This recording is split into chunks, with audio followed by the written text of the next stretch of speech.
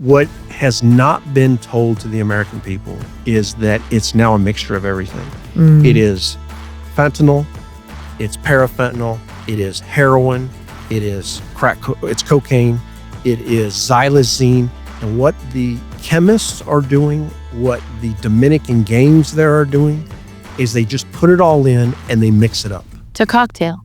You may think, okay, they're addicted to meth, because when you talk to them, they say, well, I asked for methamphetamine or asked for fentanyl. What they don't realize is they're poly addicted. They're addicted to fentanyl, they're addicted to cocaine, they're addicted to it all. But at the underlier of it is the opioid addiction. We've never been here as a country, and it is a national failure. And where in the hell has the media been to get this out?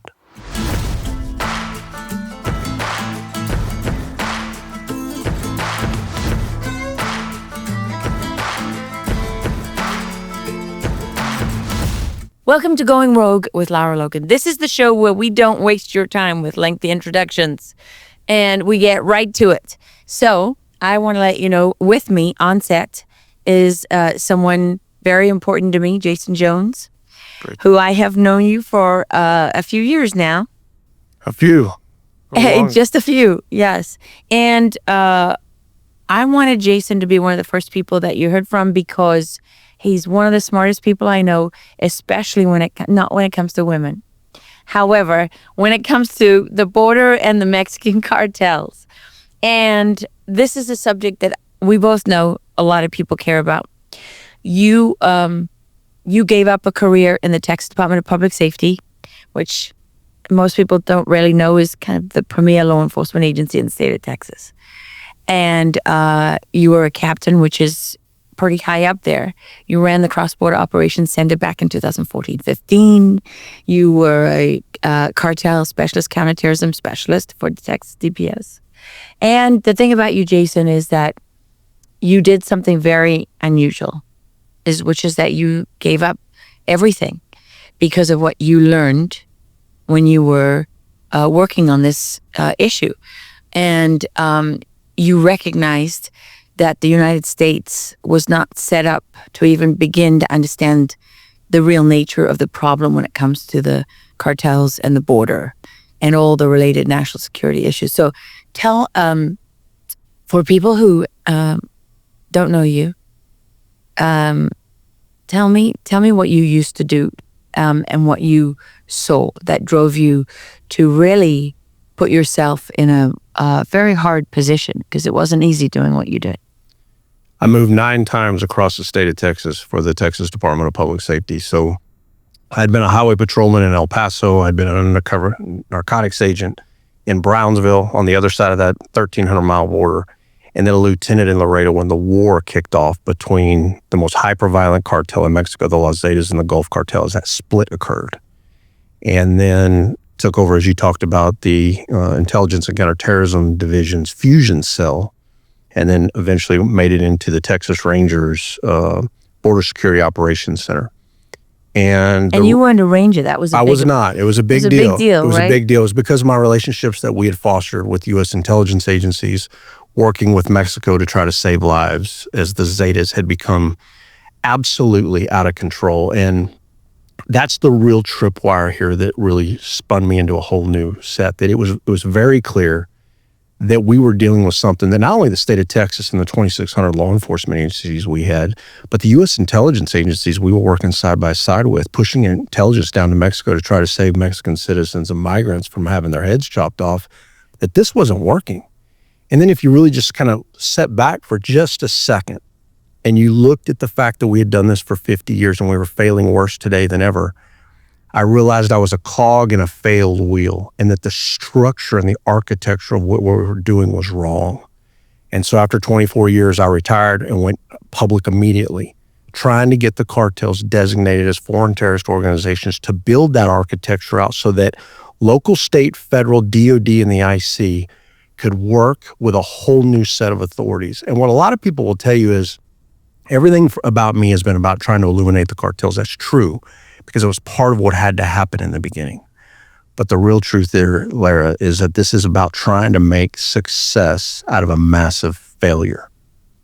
Okay, so You actually listening to you, Jason, reminds me that I really started this the wrong way, because the thing I want people to know and understand about you is that you've spent the last 8 years working towards getting the Mexican cartels designated as foreign terrorist organizations. And not just the Mexican cartels, but all the cartels involved in the cross-border traffic. And I mean, nobody else has done that. And you were the first person that went public with this. And I remember when it started, not only was I horrible at it, everyone laughed at me, thought I was absolutely crazy. And now look at it. Here we are today, and it's a reality.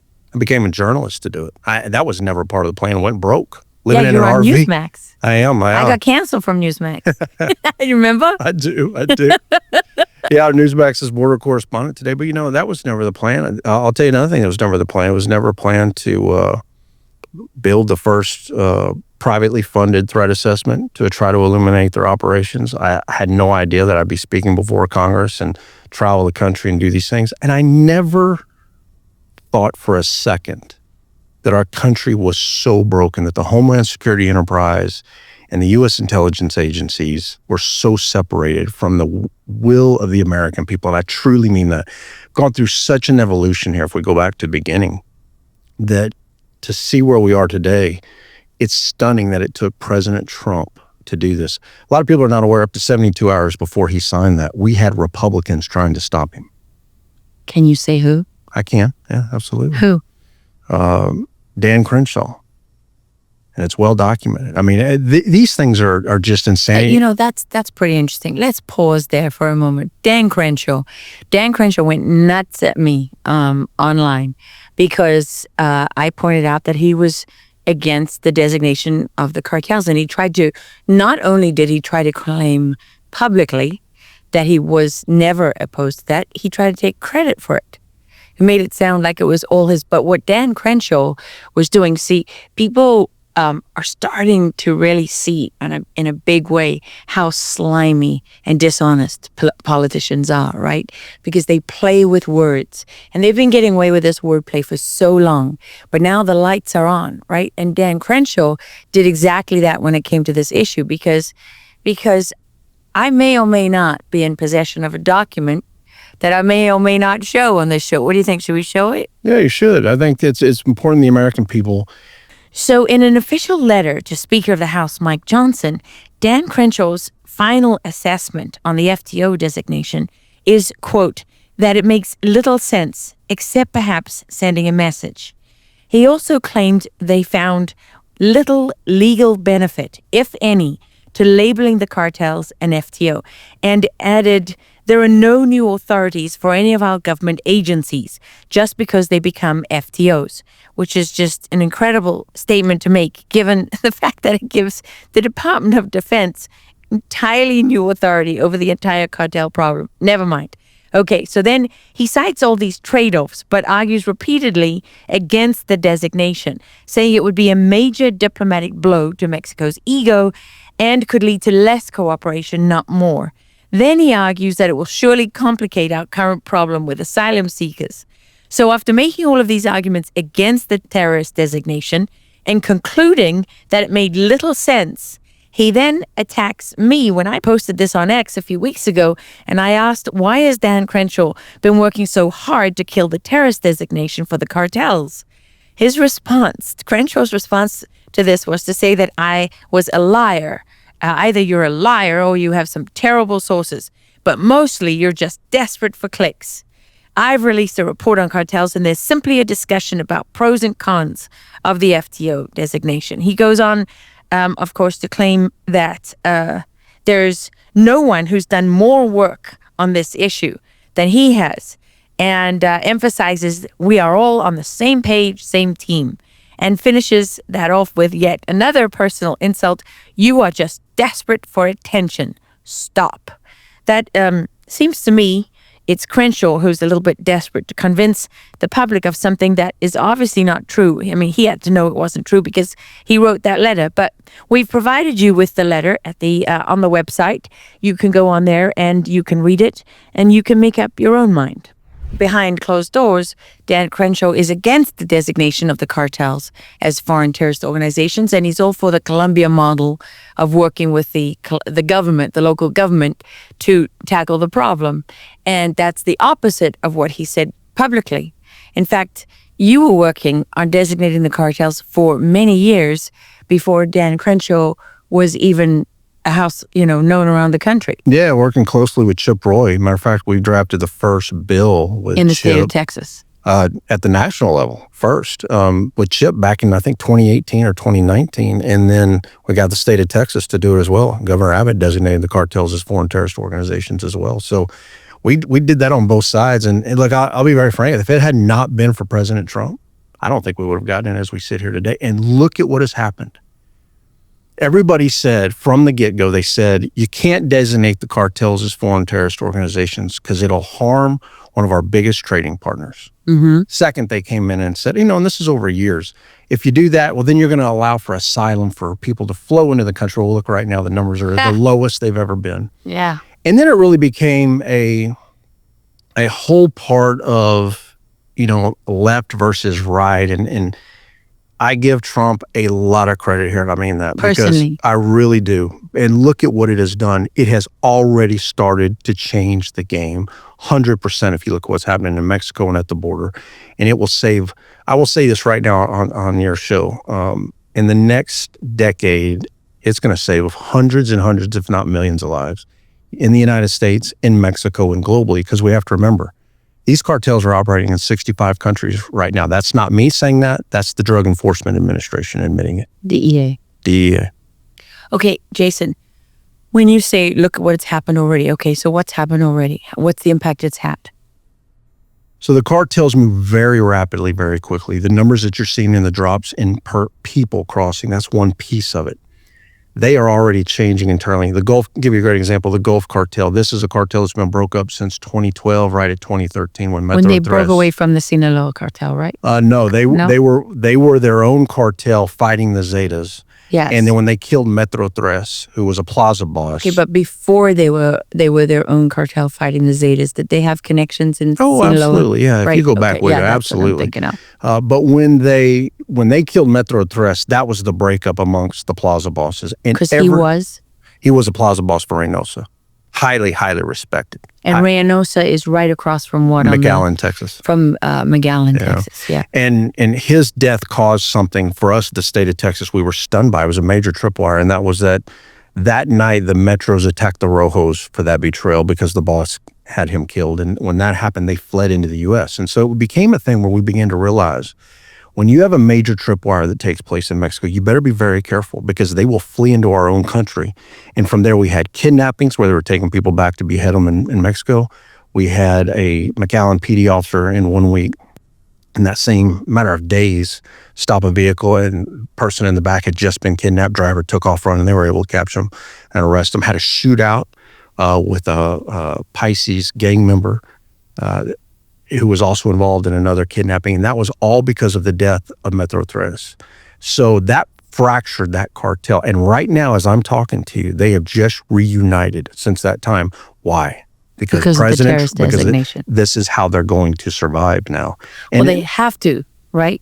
They have to do it to survive. That's right. That's exactly right. And you also have to look at, too, that's just one part of it. They're changing radio structures, how they work. This weekend, you had a Coast Guard 21 miles out on the West Coast, just apprehend Chinese, 20 Chinese, along with a few Mexican nationals coming into the U.S. off the East Coast. Doing for what reason? Yeah, this is all a part of your original with question. With drugs It's the transition. If you can't get them through the border and you can't get them over it or under it, you push them out to the water. I see. And not only are you going to push them to the water, you'll push them so far out they'll have refueling stations, just like we've had in the Gulf of America, as we call it now, for some time, moving drugs in. So very rapidly, Lara, they're already transitioning. Fast. That was incredible. And that was part of the reason for trying to get the terrorism designation, because if Americans truly understood how fast transnational crime moves, at the speed of it, and how slow our system is domestically. Our system was never designed to take on the world's problems. And when we try to fight it against transnational crime, that's why we have 50 plus years of failure. Our system moves domestically. Oh, you mean the law very enforcement slowly. system, right? Well, the Fourth Amendment. And that's what all of us want, by the way, for everyone watching. Yeah. But when you talk about taking on transnational crime, as fast as it moves, our system can't keep up with it. This episode is brought to you by Chalk, because let's be honest, we need all the vitality we can get. The patriots over at Chalk.com are on a mission to save mankind from extinction, one testosterone boost at a time. Fellas, your T levels are dropping faster than approval ratings in DC. But don't worry, the male vitality stack is here to save the day. Clinically shown to boost your free testosterone by 87% in just 21 days. That's right, 87%, which is about how much more manly you'll feel when you take it. Ladies, don't think we forgot about you. The female vitality stack will help you feeling energized, sharp, and ready to handle whatever chaos comes your way.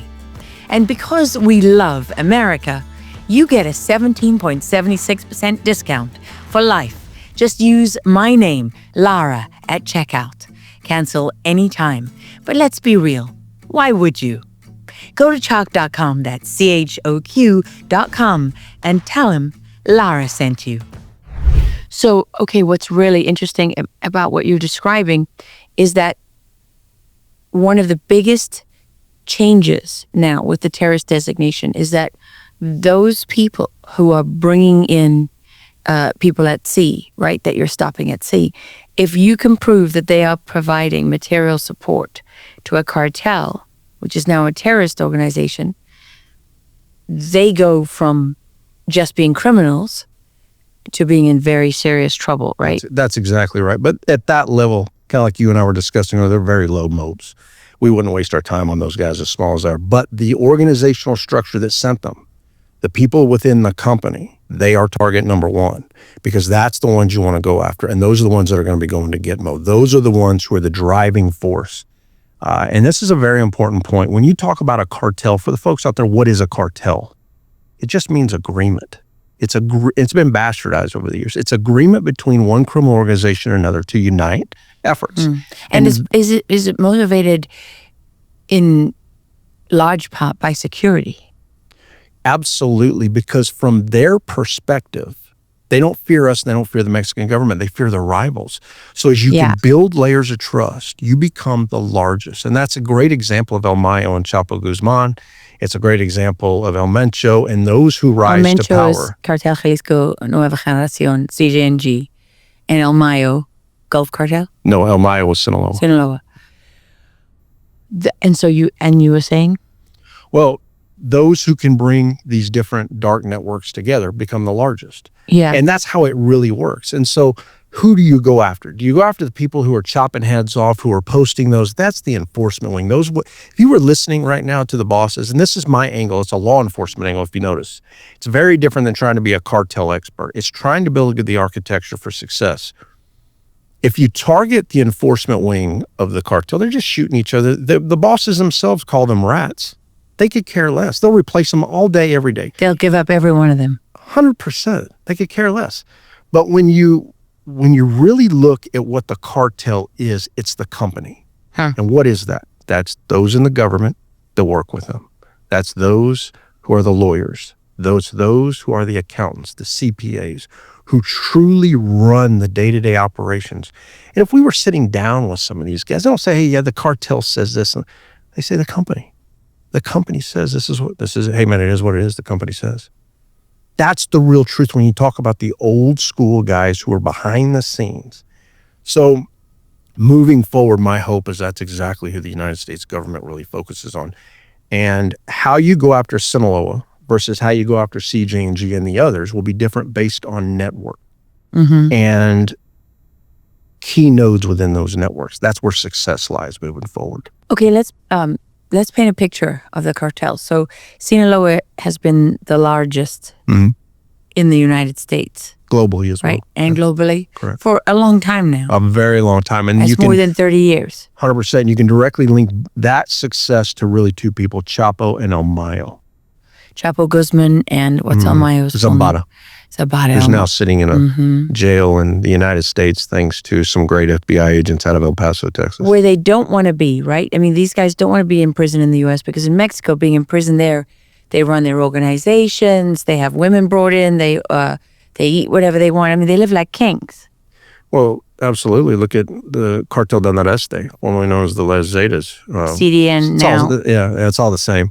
That's all run by Miguel Trevino, sitting in a prison, and we are trying like hell to get him extradited into the United States. And that is another part of it. We have to remove the grip upon the Mexican government. So how do you do that? It's not just attacking the network. You also have to realize you have major kingpins who are sitting in prison in Mexico right now who have a grip on that through their networks of corruption. Well, and you've got guys in the Mexican government who've been on the take for 5, 10, 15, 20, plus years, 25 years, right? Yeah. So they were little people back then, but now they're in charge. And that's absolutely right. And so their connections are to these capos that are in prison down there. So one of the things you want to do is get those extraditions to the U.S. That's why the lawyers in Mexico have locked this thing up for so long. If we could get Miguel, Omar, and Rafael Caro Quintero, you have removed a massive problem. And then go after the You have to explain who RCQ is. Yeah, Rafael Caro Quintero is the individual that killed Kiki Camarena in Mexico. He was formerly over the Guadalajara cartel, really Sinaloa, which is what it evolved into. And as soon as he got out, I'll never forget. I was a captain in intelligence counterterrorism division, and one of my lieutenants and one of my agents walked in to my office, and they just plopped into the chair. I could tell something was wrong. I said, "What is it?" I said, "You're not going to believe this." I said, "What?" They said, "RCQ is already back working. He's in charge of an entire wing of the Sinaloa." I said, "That can't be right. He just got out in the last 48 hours. They said, "We are telling you, he is back, and he is back." And sure enough, it was all right. So and this is an example. That because he was running it from prison? Well, and just moves into the position? Sure, that's part of it. But the other part of it, too, is it goes to show, those old guys don't lose their stripes, right? It is what it is. And he was highly respected and brought right back in. And for those people who don't really know, Kiki Camarena was a DEA agent who was tortured over several days in a house in Guadalajara with an agent of the CIA present. That's what they say, yeah. Yeah, so there is, and you know that very well because you were down there. Yeah, I went and saw the house where he died. Yeah, and I met with the man the DEA says is the doctor that kept Kiki alive for days by pouring him with heroin. Horrible case. Still no justice for the families. To stop people going into shock, right? That's what they do. Yeah, they do it a lot actually. It's how they surgically remove limbs and all the rest that they keep these people alive by pumping them full of heroin, stop them going into shock, and that allows them to torture them for longer. Part of it, yeah. Yeah. You ever notice one thing about all these horrible atrocities that you see on, there's not much you can do to a human body I haven't seen over the years, but there's one thing that's very significant that you don't see, and that is you never see them fight back. What you don't know is the why. Why? Is because usually I wonder that all the time. They've been tortured and almost killed for days usually. Or longer. And they've been mock killed. So when it finally happens, they don't know it. Yeah. That's the why. Yeah, that's what they do. When the Jordanian pilot was burned alive by ISIS, I spoke to a woman, actually a Yazidi, who was present, and she was interviewed by someone I knew very well, and they worked with her extensively, and she said they made him walk in and out of that cage, over and over and over again as they practiced and got all the camera angles right and figured it out. And it's terrible. Yeah. And this is exactly, this is exactly why we need the terrorism designation. But the other part of this too is, why did it take so long? How is it that we lost over 100,000 Americans a year for the last 3 years straight? Mexico has lost hundreds and hundreds of thousands if you look back to 2007. And yet we couldn't get our government to act. To me, this is something that I think I'll look back on the rest of my days. I mean, I think about it a lot, Lara. How could the U.S. intelligence agencies and those in leadership positions become so removed from these families? I will never be able to wrap around my mind. You mean the families of those who were killed? Absolutely. They don't care. Jason, the obvious answer is the U.S. intelligence agencies were involved. Well, that's very true. But at the end of the day, these families deserve so much better. And I promised them along the way that we would get it done. And Lara, we did it. I mean, we got it. It is a game-changing moment for the nation. It really is. And although things are changing already, we haven't begun to see the full effect of it yet. Oh, not even yet. Not even close. And the cartels have no idea what's coming for them. The policy is right now as well. So it's not a dismantle, disrupt.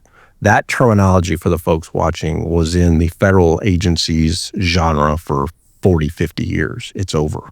The policy against the Mexican cartels is total elimination. That's the part that they are not. They don't get it yet. They're not getting it yet. No. There may be one or two that kind of get it, but wholesale, they still think, because they've outsmarted the U.S. for so long. For so long.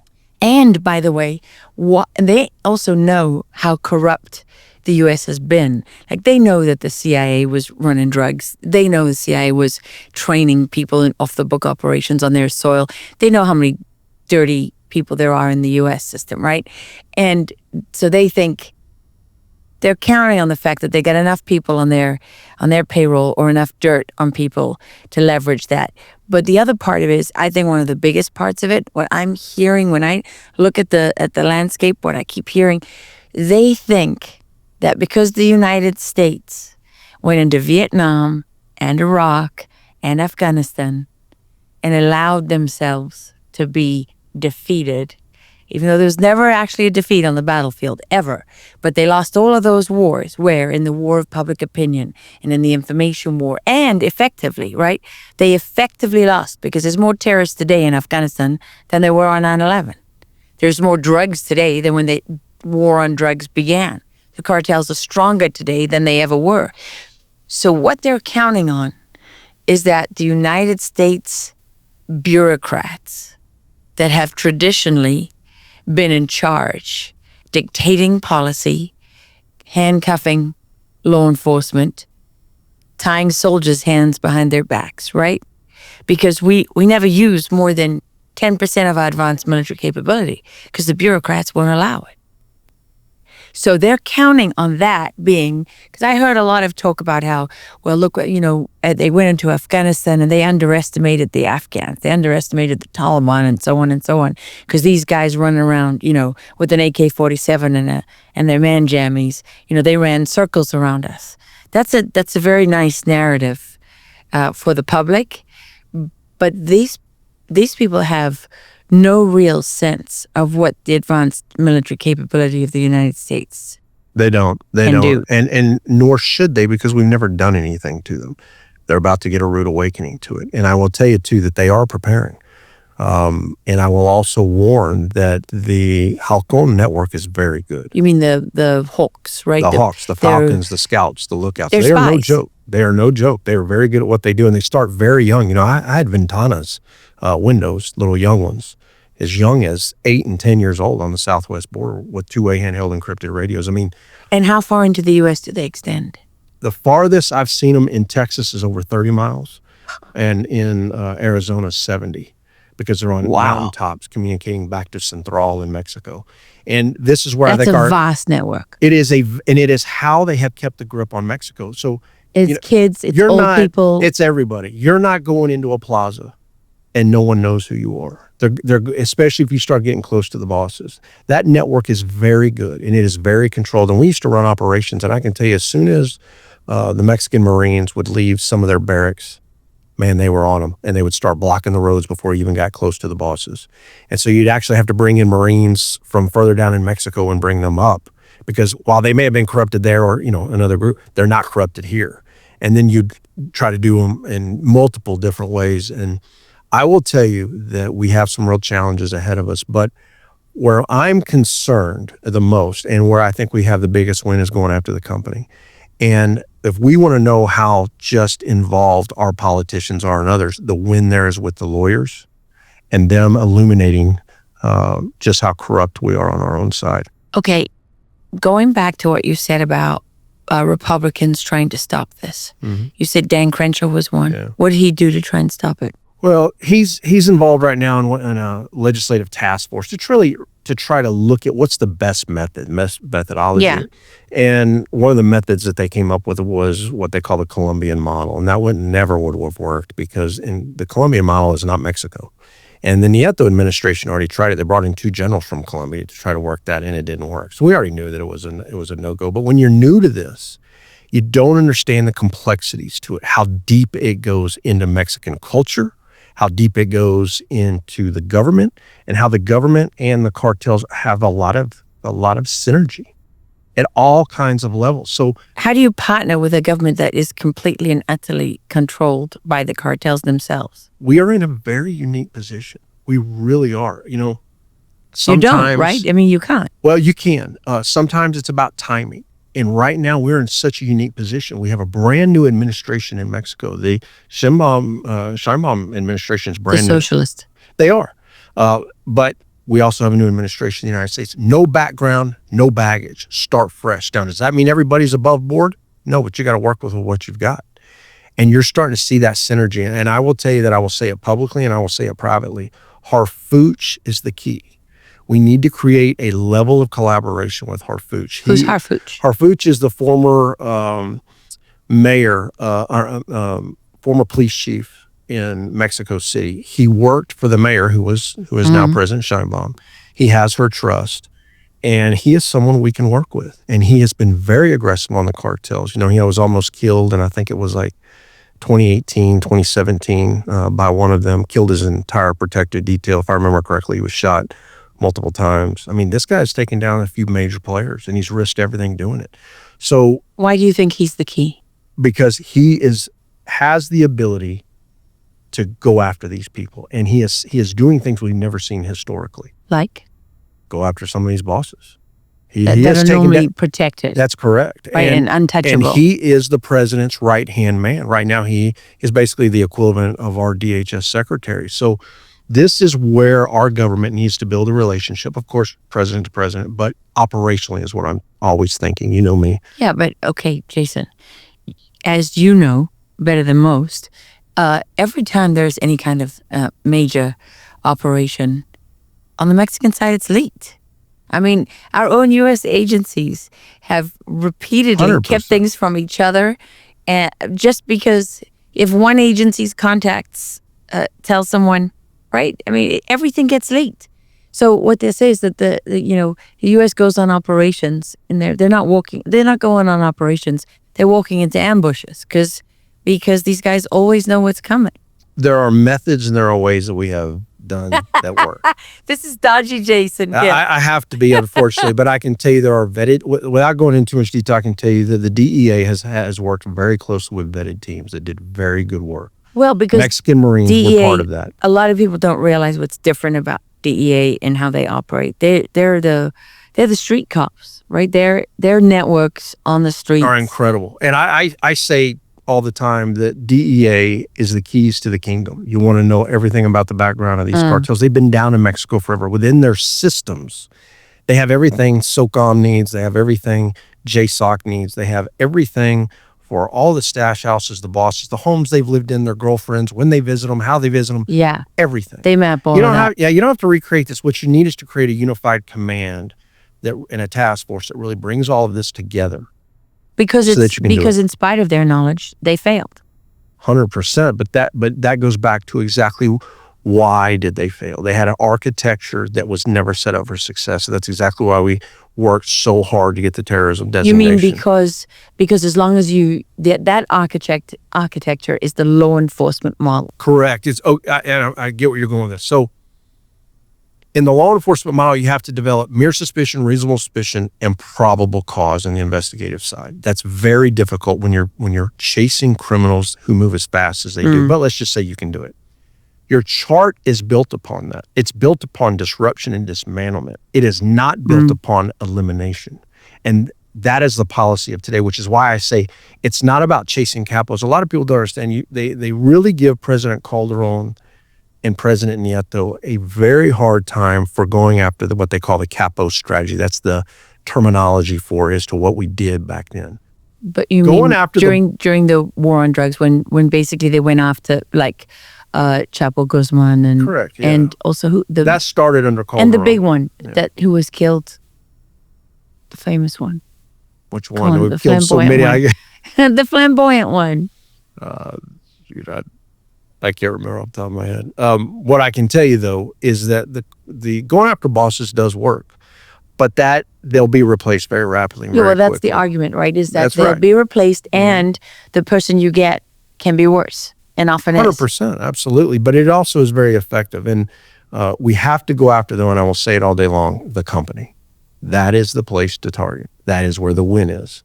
And my hope now moving forward with those who will go into that, and you, by the way, you know many of them without saying any names here. You're one of the very few journalists in the entire country that has ever met these people who are the true 1%ers, and you know their capability is incredible. And what they did for this nation in Mexico, what they have done, building cases out now for 20 years in a failed model. I mean, these men deserve, in my opinion, to be brought before the President of the United States and given national awards when their own agencies were absolutely destroying them every day and have been for decades. Well, so that's something that we really should talk about, because what I've learned covering the border now for some time is time and time again, I meet people like you and people like you're describing who had to try to get the job done in spite of their agencies. Okay, that their adversaries many times were not just the cartels. Oh, no, man. It was their own organization. When this all comes out, and look, Lara, it's going to, the clandestine wars that have been taking place in Mexico, and the great work of some U.S. Marshals I'll never mention publicly, DEA agents out of Houston, Texas, that deserve medals for what they've done, certain troopers within the state of Texas who have done some things that have reached the president's desk almost on a monthly basis in the president's daily briefing. Americans are going to be stunned when this all comes out. And that's why I went public and did what I did. Why are they going to be stunned? Because they were never told. I mean, we knew this was coming. That's why I went public the way I did, because the fentanyl, the adjustment to fentanyl. Look, we saw the adjustment to methamphetamine first, right? That's when we first began to see the mega labs and the chemical precursors coming in from China. What followed that? Fentanyl. Then what followed that? Parafentanyl, serafentanyl, xylazine, netazine, and the list goes on. And nobody did anything different. And so what these people have done for the nation is tremendous. And many of them service isn't over yet. Why do they have to fight against their own outdated agencies? model, a model that didn't want to look. I'll tell you right now, there's some agencies within the DOD, a part of the intelligence agencies, and I don't want to say it here publicly, the name of it, but they've been collecting on Mexico for a very long time, and their own agency didn't want to hear it. I mean, this is just one example. Why not? Because they want them focused on the Middle East, focused on other things, while the American people were dealing with an overdose death crisis and a poisoning the level we've never seen before in American history. So these are people who, when it all comes and it's all said and done, I sure hope they get their day, because they deserve it. And then they get another agency doesn't want them, right?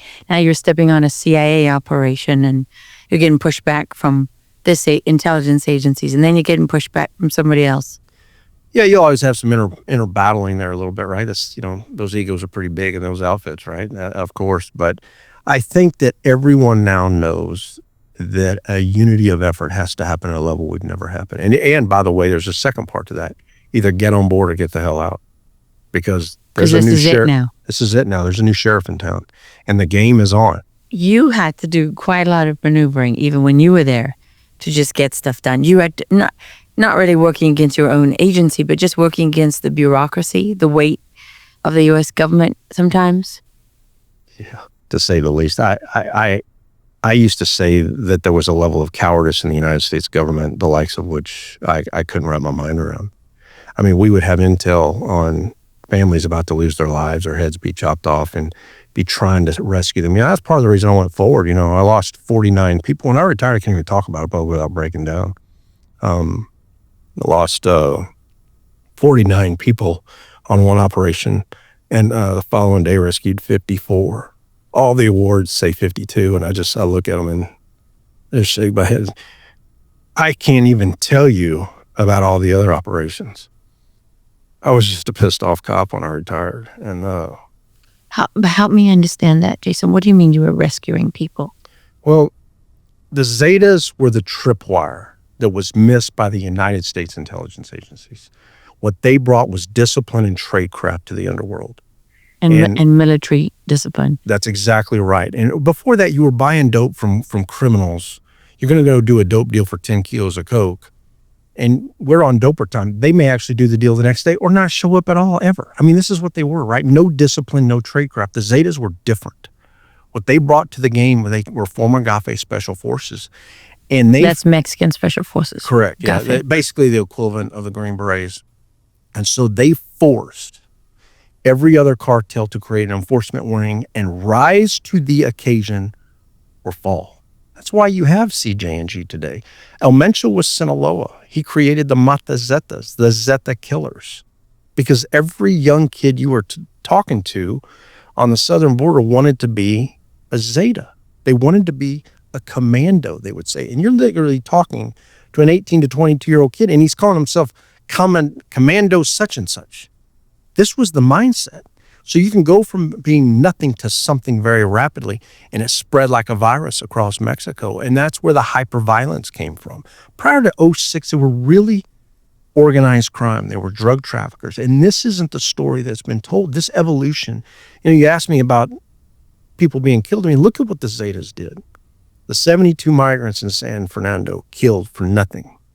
The 300 men, women, and children of Allende, I've talked to you about them about that, killed them, chopped their heads off, all because of a perception that there were leaks coming from the SIU units down there.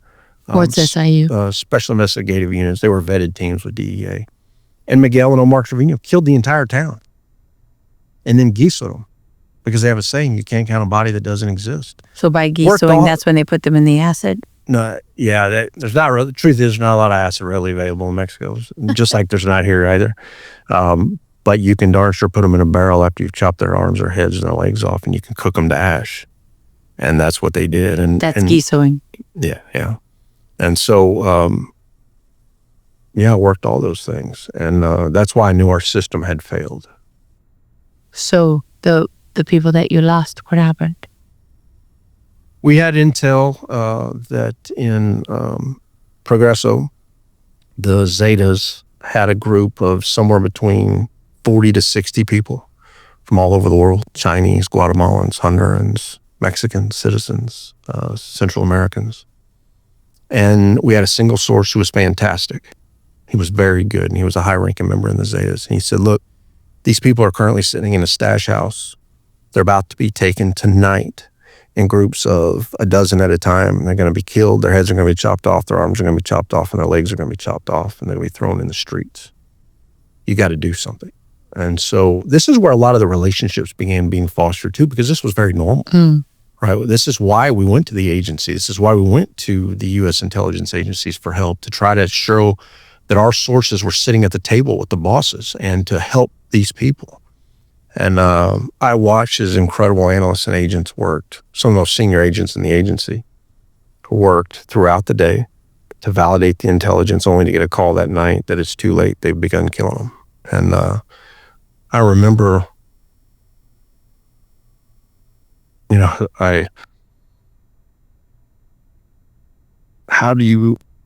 these young analysts, seeing them just be destroyed, and very senior agents. And it was really tough. I sent them all home that night, and I went home. And I remember thinking to myself, how do I bring these people back? This isn't a burglary. This isn't a robbery. I got a mass murder on my hands. How do I bring them back tomorrow? And by the way, how do I tell them it wasn't 12? It was many more. And many of the analysts we never even told. That night I go to sleep, I wake up the next morning, and it's the same agent talking to the source, and he says, hey man, they're about to do it again. They're going to kill that many more again. Do we have approval to work in? And so my job at that point is very simple. Pave the way. Make sure every T is crossed, every I is dotted, everyone is notified, get approval. For the folks watching, that operation had to go all the way to Governor Barry for approval because that's in a foreign country. Right. I was going to say, this is across the border that's in what Mexico. I mean. I mean, we were operating in ways that even my own agency was like, my God, if this gets out publicly, because you're in Texas. That's right. You're in Texas law enforcement. That's right. Yeah. You're yeah. And Jaeson, this may sound like a strange question, but they're not really your responsibility, those people. So why did you feel That's what my bosses said too, in fairness. And in fairness to them, they weren't wrong. It's another country, but what do you do, Lara? Well, why didn't it feel like that to you? Because, when you take an oath to save lives and protect people, you don't give a shit what's of a river it's on. And the other part of it too was strategically, I knew fighting in Mexico there kept them from coming here, right?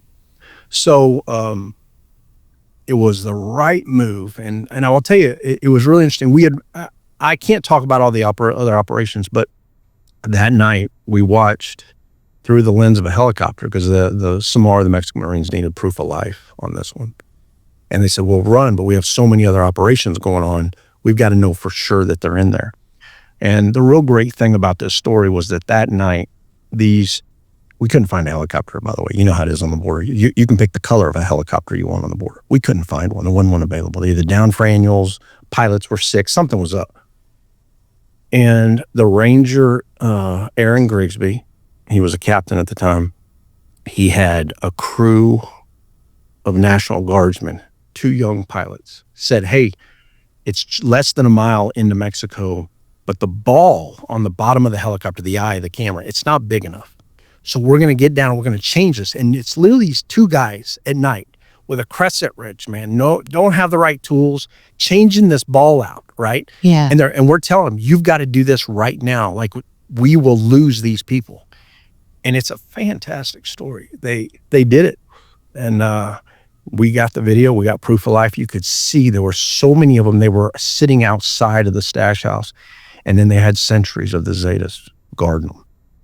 And that video was proof of life. And we rescued them all. It's fantastic. That was the next night, right? When you got to go in. Most of them to this day have never known that they were on the verge of losing their lives. What did you do with them once they were rescued? What happened to them? I don't know to this day. I remember they were they're on the by the Mexican Mexican side, right? Yeah. And the 49. The only reason we knew about the 49 that we lost was because their bodies were thrown into the streets, and it hit the news the next day.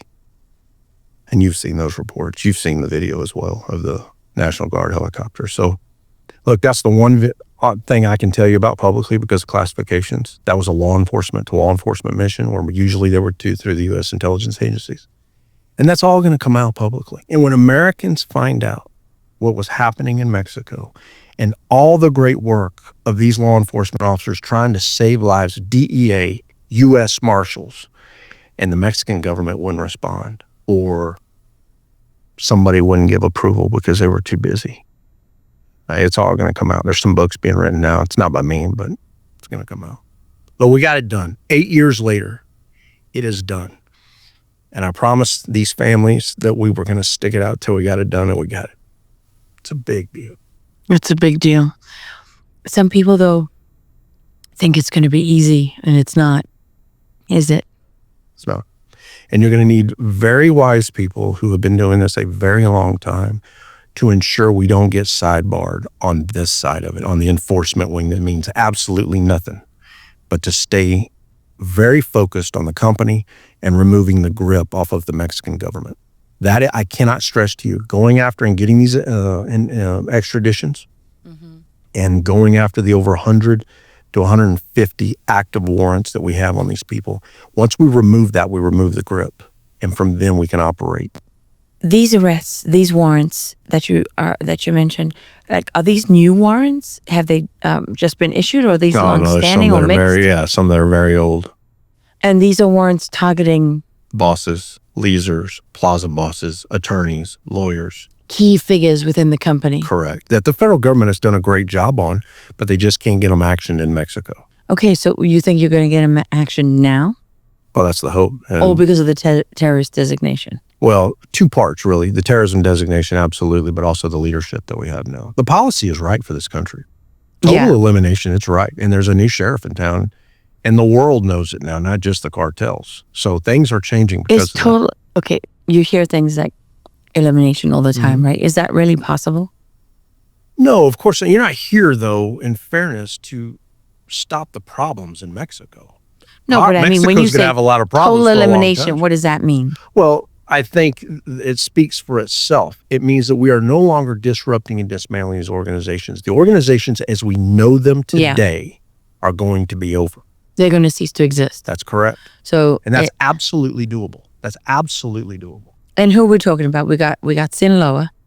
So the executive order by the president was very clear. The Mexican cartels. So all of them. And then MS-13 in Trinidad. Now that's in the executive order. Now what? MS-13 out of El Salvador and Trinidad out of Venezuela. Now, following that, it goes through a legitimate process. That process is through the U.S. State Department. And they go through and they make sure basically that they are organizations that are operating outside the United States. They have national interest to public safety and national security. And then they check that box. So right now, what they have designated is the Sinaloa, Cartel Jalisco New Generation, La Familia Michoacana, along with CDN, CDG, and Cartels Unidos. And those six, along with MS-13 and Trinidad. They are missing a few, but I think that will come on board. Yeah. But in fairness to them, they've hit the major cartels with the exception of Beltran Label Organization and La Línea. Yeah. They've done pretty good, Mexican. Right? Absolutely. Those are both Mexican. And they can get it later. And Cartel del Sol out of Venezuela, $3 trillion in liquid assets. Yeah, I mean, the money. That was a huge one they left out. I did not understand that. Well, it's not Mexico, though. So we can go later and we can get those. And they named one out of Colombia, and I think it's a screw up. To be quite frank. Yeah, they did. There's a clan down there that they call CDG, and I think because of the name. But hey, as far as I'm concerned, who gives a shit? Bring them all in, man. Let's go. Let her rip, Well, the thing I didn't understand about Cartel del Sol is they're partnered with Sinaloa. Well, and probably many others too. Yeah, absolutely. It's but a whole mesh. In the intelligence circles, the partnership between Sinaloa and Cartel del Sol has been very instrumental in the current situation in the U.S., especially as far as it extends into politics. I don't know a lot about the Cartel del Sol, but I do know that the Sinaloa is operating in so many countries, working with Middle East terrorist organizations. They've worked with the FARC, which has been a designated terrorist organization out of Colombia for many years. They work with special forces groups from GAFE that we talked about earlier, through all of the Mexican SF guys, but you also have Guatemalan K-Bills, and then the FARC, like we talked about. So these groups, let me tell you, these dark networks have united around the world, and we have just waited too long to do what needs to be done. It's a great term, dark networks, because you just mentioned working with Islamic terrorist organizations, right? And that at the time of 9/11, that was something that U.S. intelligence agencies looked into, and that was something I think that the U.S. government sort of sent out a bat signal to their cartel contacts, right? Like, no Arabs cross the border from Mexico because of what had happened. But since then, you've seen that change significantly, and not just with Islamic terrorist organizations, but working with the Iranians. And obviously the CCP has had Chinese triads in that area for Well, I'll give you a great example how far back this goes. Do you remember the link to the Quds Force operative who tried to kill a certain ambassador from Saudi Arabia in Washington, D.C.? Yeah, of course. He thought, and we got pure lucky. I mean, when I tell you how lucky we got on that case, it was a great agent with DEA as a strike force in Houston who contacted my analyst who was assigned to this specialized unit down there. And thank God this Quds Force operative happened to go to that guy who was a Zeta affiliate, thinking he was going to the real Zetas. And that's how that whole thing got exposed. Great work of DEA Houston. Literally great work. Otherwise, that's how far back these relationships with Middle East terrorist groups go. I mean, This is stunning. And at the level of failure of the United States government, they truly stopped that. Yeah, which was really an order from the Iranian regime. That's right. I'll tell you a great story. So I get a call one day, and it's my analyst assigned to him. And she said, Captain, you're not going to believe this. And she tells me a story. I just identified the individual who has set all this up right now. DEA is moving it over to the FBI, and they're working him right now. That was stunning. So this integration, this synergy with these dark networks has been happening so long. Now, overlay that with the fact that we had an open border policy. We had people from 170 plus countries coming into the United States.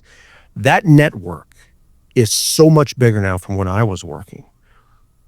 We're in a whole new world here, Lara. And if we didn't get these authorities, we would never be able to start crushing this network. That, again, like I talked about, it's in 65 countries, according to the Drug Enforcement. I mean, this is huge. This is absolutely... It's massive. It is massive. I always say that by calling them cartels, it's kind of misleading. They've become foreign paramilitary organizations. I think that's well said. And then also, look at what everybody still calls them. Drug traffickers, the drug cartels. You and I have been talking about this for how long, about you've got to remove the word drug out of it. And I think that Stephen Miller nailed it the other day when he said publicly, these are terrorists. These aren't narco-terrorists. These are terrorists, and they will be treated as such. And this is the mindset that the United States intelligence agencies need to wrap their mind around. The federal agents need to wrap their... This is not dismantling and disrupting. There's a new world we're living in. Do you think these agencies get it? No. And why do they not? It's not that they don't want to. You just have to remember they've been doing this long. In fairness, I don't truly get it yet either. I've been working in the other realm for so long, but it is time to get ourselves used to it as the American public, as Mexico, and all these countries where they operate around the world. We all better get in line and understand that the total elimination policy is here. This is not about dismantling and disrupting. So, Jaeson, what about the fact that, for example, don't you have, hundreds of thousands of American citizens living inside of Mexico? Absolutely. And that will be part of the secondary and third impacts. As we're talking right now, most Americans have no idea. You've got an American being held by Cartel del Este just on the other side in Nuevo Laredo with a $50,000 ransom. Americans have no clue. But now, if you want to know about everyone in the Middle East that's being held ransom, you know about them. But in Mexico, you have no idea. So I would even argue the media has become so derelict in its duty that people, there's Americans being held in Venezuela, all over. Yeah. Nobody's even paying attention. No one even knows. They don't know and don't care. Because they're too busy telling you something about Donald Trump that they hate.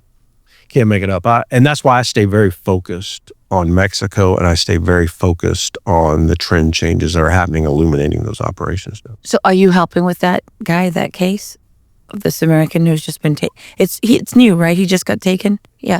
So, and did they there's some reporting that they fired that off as a warning shot.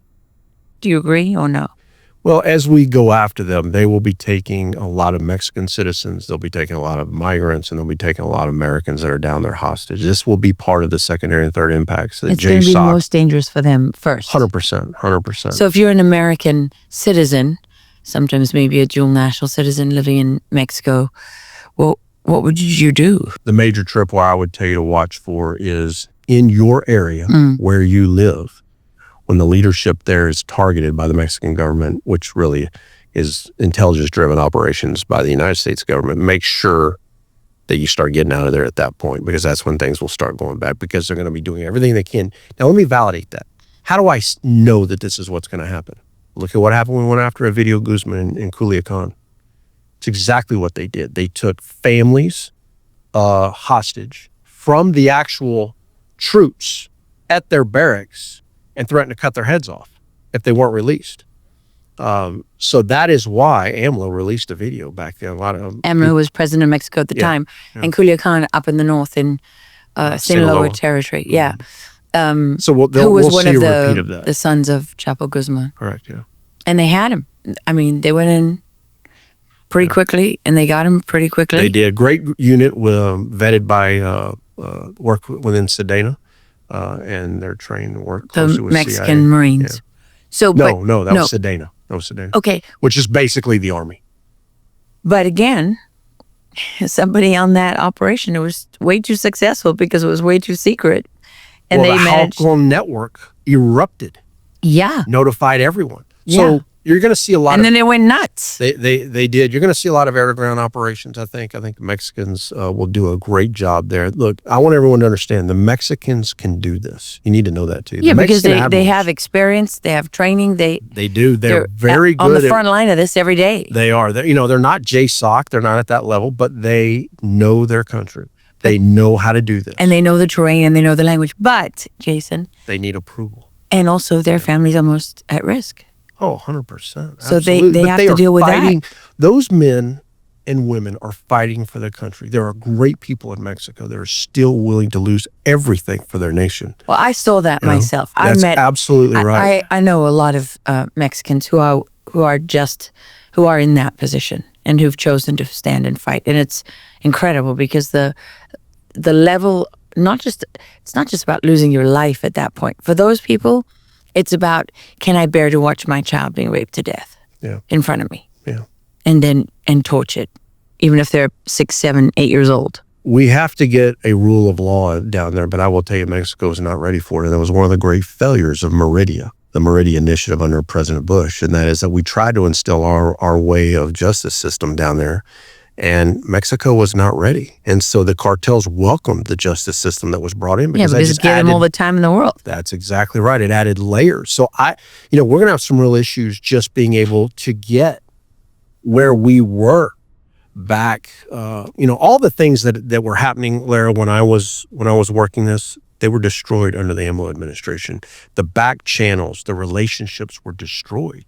Well, so he was the cartel's boy. I mean, he embraced the cartel's right from the first. And it's he didn't even try to hide it. And you know why he didn't have to hide it? Because he had Biden.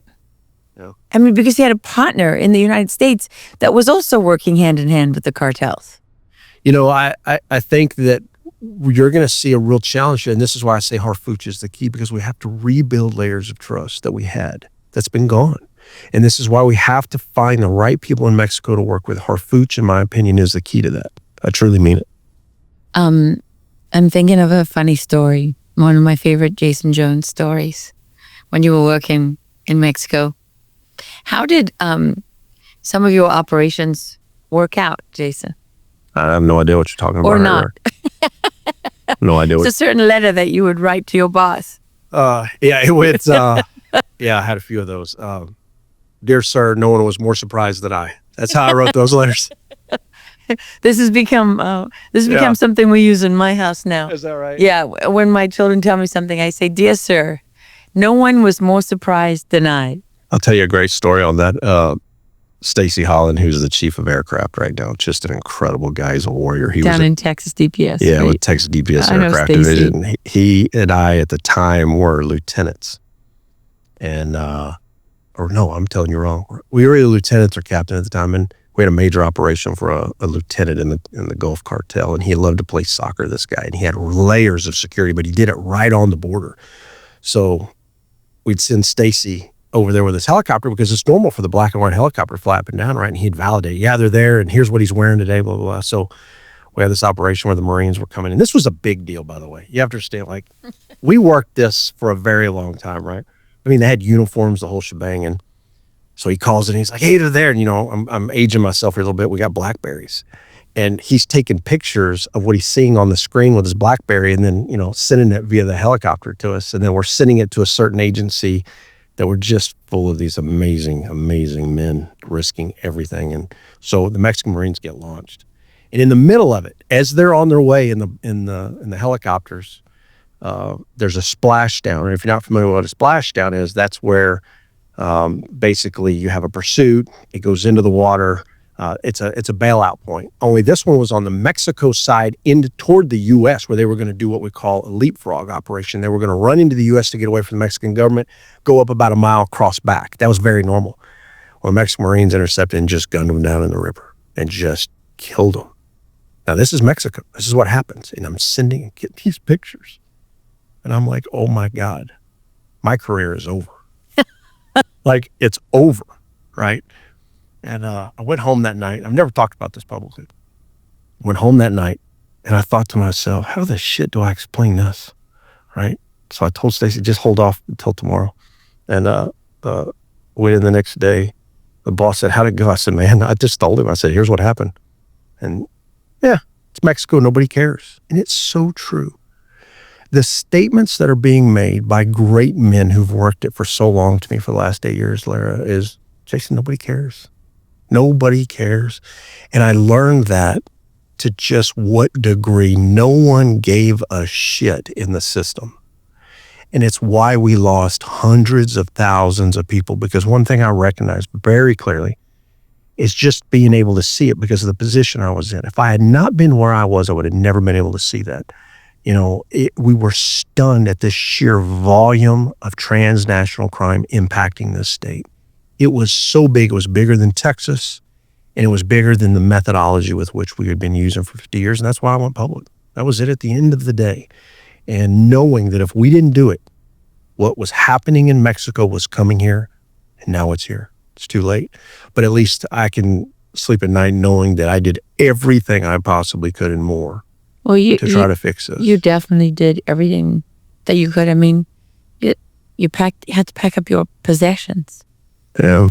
Living and working 24/7. I mean, I don't know anyone who works as hard as me, and sometimes you outwork me. And my team used to complain. They said, you know how hard it is to keep up with you? And it was just because to do things right is so hard, takes constant effort, and I didn't ever know where to draw the line because it mattered so much. And you know, you're just like that. I've always said you're the best of the best. You've been a great mentor to me, and I really appreciate you. I mean that. You know, I remember we were sitting on the border. We were in Roma, Texas, and we were on like 22 hours straight. I couldn't believe it. I mean, you're still going and you're collecting. And I watched your cameramen, who were very young, all pack up the cameras. And the very first time I had witnessed a cartel drone crossed right there, we had no cameras. Yeah. And you would have been the first national journalist to get that out. And it was totally missed. Do you remember that? Yeah. And then what about the gun battle? Hour and a half. And what did I say? Oh, you were pissed. Oh my God, you were mad. There's a lot of expletives, that's for sure. But you know, another thing I think about, do you remember you were with Fox at the time, and we went to the border and we had an hour and a half long gun battle? Yeah. And I remember thinking, this was 2020, it was either 2020, October, right? 2020, if I remember correctly. So. I thought, my God, we've done it. We've heard armored vehicles, thousands of rounds fired into the U.S. coming by us. I mean, you can clearly hear it. Yeah. You know the sound when it's close, when it's coming at you. You 40 caliber get that sound. 40 millimeter grenades, 50 caliber belt-fed machine guns, and this thing went on for an hour and a half. And I remember going home that night and I'm thinking, we've finally done it. When this airs, this is going to change everything. And it didn't. My God, it was like it just came and went like the wind, and we're off to another topic. And I've seen so many of those now over the years. Like at the beginning of the Biden administration. When you said to me, you kept saying it to me, it's insane. We've never seen anything like it. When this hits national news. I know. And I kept saying to you, no one's going to care. You watch. Because now that Biden's in office. You were right. No one's going to care. I couldn't believe it. Because it was the policy. I still can't believe it to this day. And then the families, if anybody's watching right now, you want to see the devastation of this, go look up Kensington, Philadelphia. You want to see the damage. Well, they should look at your reporting on that. You did great stuff there. Thank you. I appreciate that. Went back to Kensington 3 times. I was impacted by it so much. I'm an old narcotics agent, been a lot of heroin deaths. I've never seen human tragedy at that level. It's the worst thing I've ever seen. 90% of the people in this country have never seen that. And it's the closest to the media hub of the nation. Look how close it is to New York City. Mm-hmm. And those national correspondents aren't going down there living, exposing that. Paint insanity. Paint a picture for me, because you and I talked a lot during some of your trips there. My first one was by far the worst. I rolled down there, ended up with some law enforcement officers who literally were so frustrated with their federal agency, I can't say it publicly, that they took off on their own to show me. Drove me around in their vehicles and took me to all the locations. And as we drove around, and what you hear back then was this crackling. underneath the tires. And I said, what is that noise? He said, it's the needle tips that they're dropping off.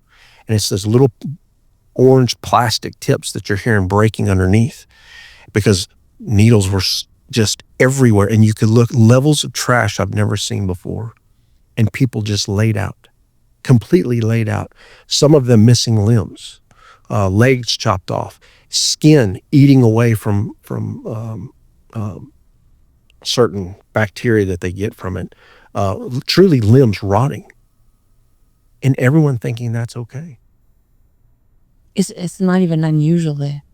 I mean, people in Philadelphia drive past it all the time. It was one of the most stunning things I've ever seen in my days. I will never forget that. And to think that whether you left, right, up, or down, that you can lead and think that that's okay was so impacted. Even Newsmax was so impacted by it. They said, Jaeson, go back. Go. You want to go? Go. And those people staggering around. Staggering. And then I've seen it change now. The last time I was there, they don't even stagger anymore like they used to. They can't.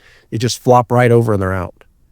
They're in the road. Why? They're in the road because what has not been told to the American people is that it's now a mixture of everything. It is fentanyl, it's parafentanyl, it is heroin, it is it's cocaine, it is xylazine. And what the chemists are doing, what the Dominican gangs there are doing, is they just put it all in and they mix it up. So when you're... It's a cocktail. It is look, and this is such a shift from anything we used to see in the old days. So where you may think, okay, they're addicted to meth, because when you talk to them, they say, well, I asked for methamphetamine or asked for fentanyl. What they don't realize is they're poly addicted. They're addicted to fentanyl. They're addicted to cocaine. They're addicted to it all. But at the underlier of it is the opioid addiction. We've never been here as a country, and it is a national failure. And where in the hell has the media been to get this out? Well, it's disgusting. You know, I was with an Afghan friend of mine, and we were just talking about, mutual friends, and about, some of them, because he's a big Trump supporter, and they were like, oh, but as an Afghan, like, your family's going to be deported, and he said, no, I don't think so. But they use the whole thing about immigrants and immigration as being this sign that Trump is the great Satan and the evil one and all the rest of it. But they are silent, absolutely silent, on the complete obliteration of inner cities across America, whether it's San Francisco or it's Philadelphia.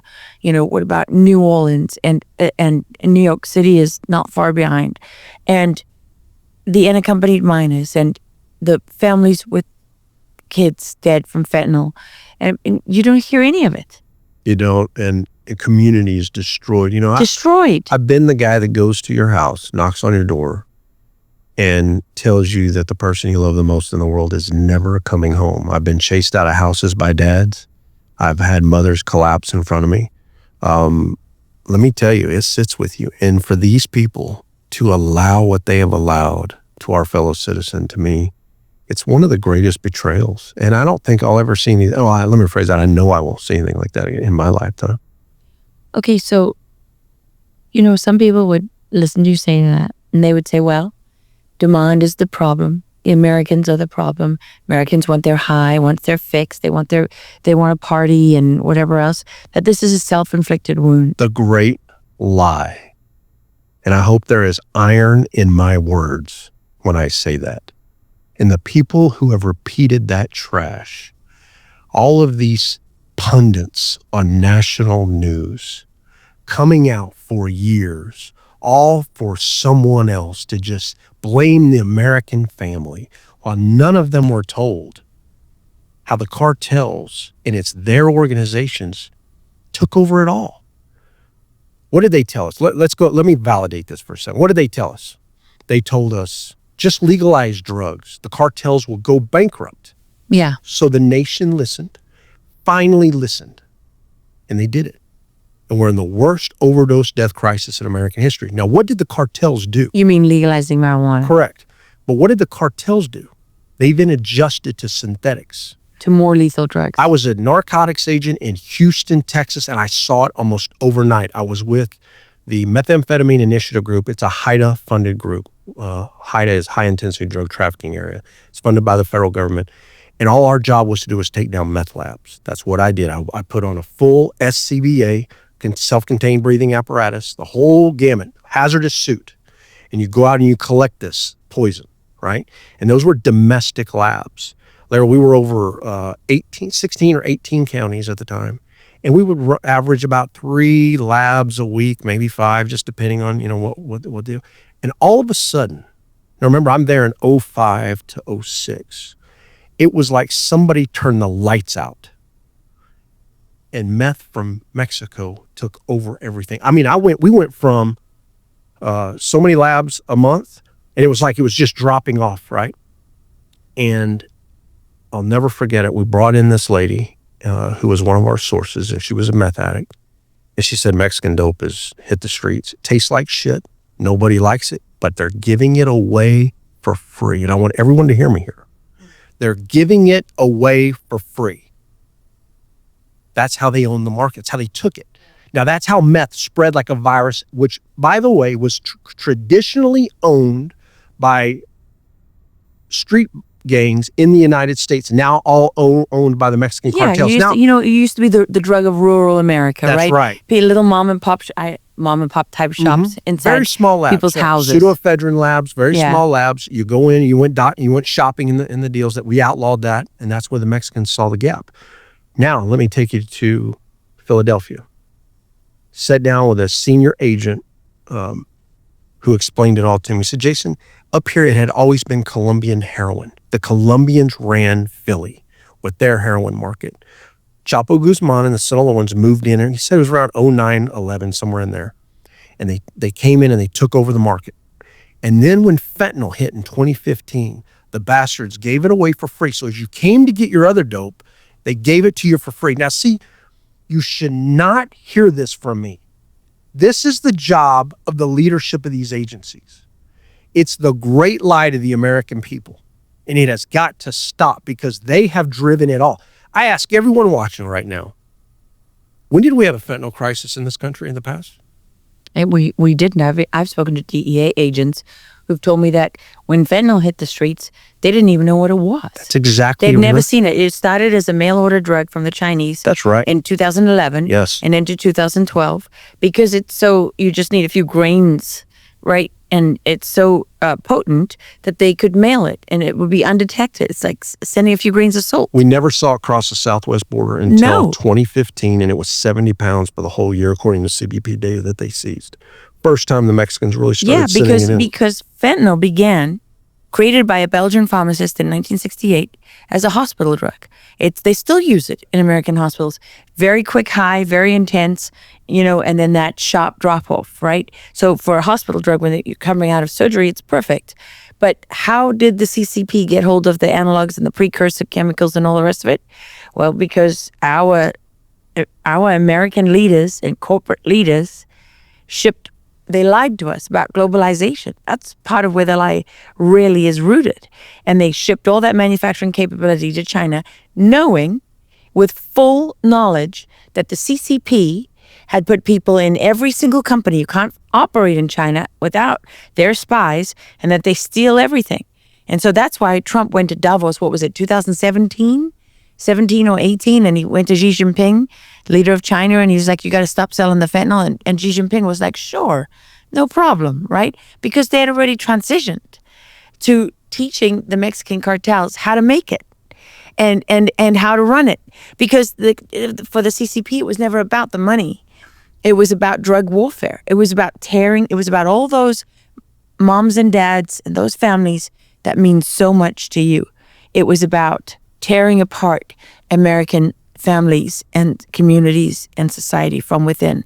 It's about the fact that drug addicts don't raise capable children most of the time because they're lucky to even survive. They don't join the army because they'll never survive a piss test. They don't write letters to Congress because they're high all the time, or they're addicts, right? And now, of course, it used to be you could be kind of functional if you smoked weed. now that cocktail you're talking about, it's not happening. It's incredible. And you're absolute. This lie that has been perpetrated is they gave this poison out. And then what they do, they began stamping it into fake pills that people were ordering, and it was killing them. And they weren't drug addicts. And what did we all say? Because of what we've known for so long. They're just a bunch of drug addicts. That's not been the case for years, Lara. But look, at the end of the day, the poisonings that took place should have never been allowed. The lies the American people have been told should have never been. This lie has been tremendous, and it has helped perpetuate the deaths that we have seen. And look, the cartels now, I was just with Frank Tarantino. He is the special agent in charge for the largest field division in the world for DEA out of New York City. He admitted to me that they were not only operating in 65 countries, but they were working with Bangladesh, India, and Pakistan to get chemical precursors in. But what do you hear from the U.S. government? China, China, China. Yeah. They have become such a monster in Mexico that they're working around China already. But no one tells the American people this. It's like the leadership has lost the ability to lead and communicate. It's the damnedest thing I have ever seen in my life. And there's not a terrorist organization in the world that's killed as many Americans as these cartels, and then never mind what they've done to their own citizens. Where the hell has everyone been? You know where the roads lead, Jaeson? They lead directly to the door of the CIA and to the Department of Justice. The Department of Justice's failures here. And let me tell you, we need a new agency there. You can't fire It's catastrophic. Enough. Well, how can I ask any reasonable and prudent person, despite left or right issues, I ask you this. How can you have a law in the books like USC 1325, which means it's illegal to cross from Mexico into the United States, and you let millions of people come in and you just decide what laws you're going to enforce and what you're not? For the folks watching, the rule of law does not say you shall on a Monday, a Wednesday, or Saturday enforce the rule of law. It says you shall. And where have the judges in the nation been to lead on this issue? So when you hear me talk about or if I appear to have the frustration that I do, which I know I do, that is why the American people have been abandoned. They have been abandoned. I mean, on the issue of the judges and the law, Jaeson, what about the argument that there's some room for discretion? Change the rule of law. Change the law, which Congress has failed to do. 100%. So they just, in Biden administration, they just went around the law, you change it. You lead. You don't, as a legislator, get on the national stage and just bitch all day. Put together bills and lead. You know, one thing I want to raise right now, because people listening to you might get the wrong impression. Because you and I have been down on the border, and you know me, my mother used to say I had my bladder behind my bloody eyeballs, is what she used to say, because I have my big soft heart. And it's painful when you're dealing with people coming over the border, families. And I've seen you down there. We've been down there a lot. And you share that. Your heart is also there with people. I've seen you being, time and time again, being very moved. And it's because what the cartels have done, and I say not just the cartels, the companies, the foreign paramilitary organizations, the foreign governments supporting them, but more than that, it's the political ideologues that have masterminded this system of invasion all over the world, using humans as a weapon system. These, to me, as much as I despise the cartel people that are chopping out people's hearts and severing their limbs slowly, keeping them alive for a week, as evil as that is, the people who sit back thousands of miles away, wearing a veneer of decency because they don't ever have to get their hands dirty, but who literally use those people, those children that you and I have seen. Mm-hmm. Yeah, with the bracelets on. Little. Yeah. With the phone number written inside their shirt. Those little kids coming over with nobody. For years. Day in, day out. No idea where the hell they're going. Then, you know, what we learned later too is most of those little notes, they were all written by the cartel. They were fake. I called that number, that little boy that we got on camera that day, I called that number 400 times. Nobody ever answered. I left messages. Nobody ever returned the calls. Yeah, fake. When Child and Family Services in Florida investigated the unaccompanied minors they said less than 10% went to people they knew. And they've lied about this over and over and over again. And you still have people today who are upset because the border is closed and families are being turned away, who don't understand that, yes, there are people who legitimately deserve a second chance in life, who are coming here for a better life, who may be impacted by that. But you have literally saved millions of lives. You know, Tom Homan has it right. I truly believe that when he tells you that when women aren't being sexually assaulted by the underworld that's down there, when children are being brought into the trafficking realm, you know, when the smuggling that we've been seeing, the extortions, the hyper-violence down there, you know, that was all brought here. And Tom is right when he says that's being prevented when you stop illegal people from crossing illegally into the United States. That's absolutely true. You stop and you limit that kind of activity. And we have got to do it. And I give them a lot of credit for what they're doing right now, trying to locate the over 500,000 that were missing. And my understanding is I think they've unaccompanied minors. Right. My understanding is they've now, and I could be wrong on the numbers, but it's about about 30-something thousand that they've actually located now and determined that they're okay. So they're going through that process. I mean, they're working it. I give them a lot of credit for that, because when those stories start being unfolded as to what the cartel, you know, I remember and here's what I'm talking about. I interviewed a Zeta who you interviewed, by the way. I remember. You interviewed him. Talked to him, and this was February of 21 when we first began to see the wristbands, because I couldn't understand it. And you're talking about those, like almost like you get when you go to a party. Yeah, they give you that. To explain what they are, they're wristbands that look like what you would get if you went to a party or a water park. And Cartel de Golfo in Roma, Texas, was putting them on men, women, and children. And I had just been down there, and a mutual friend of ours called me and says, "Hey, you got to get back down here right now, man. Like, we have thousands of these things all over the ground." I'm like, "What are you talking about? I was just there." So I come back down, get there, and he's not kidding. These things litter the ground. Yeah. And what it was an adjustment to as CBP, U.S. Border Patrol, didn't know how to handle all these people. Neither did the Gulf Cartel. So what they began doing was putting wristbands on men, women, and children as a process, and each one had a number on it, and a devils, different sort of insignia, right? And that determined which aliens, faction of which cartel. Well, which alien smuggling organizations worked for that group exactly. And what we learned is that when they got into stash houses, they would give up all their PII data, which is their personal identifying information. They would give up their families in the country where they came from. They would call and validate. It all went to a database. And then when they crossed into the U.S., they would give them one of those wristbands when they crossed in the U.S. They'd set up their payment already. It'd be paying every 2 weeks or once a month, depending upon how that organization wanted to operate. And then they would be sent into the U.S. As soon as they got into the U.S., they were told they had to break the wristband. I've literally had them come to me and say, "Break this," like give it to me, thinking it was my job to break it off of them. And yeah, because the cartels have threatened them. 100%. Yeah. And then they went and turned themselves into Border Patrol, and then we spread that virus of trafficking. Now, that's called debt bondage, by the way, because now they're here in the United States. Whether we agreed with it or not at the time, that was what the Biden administration said was legal. They were allowed to be here.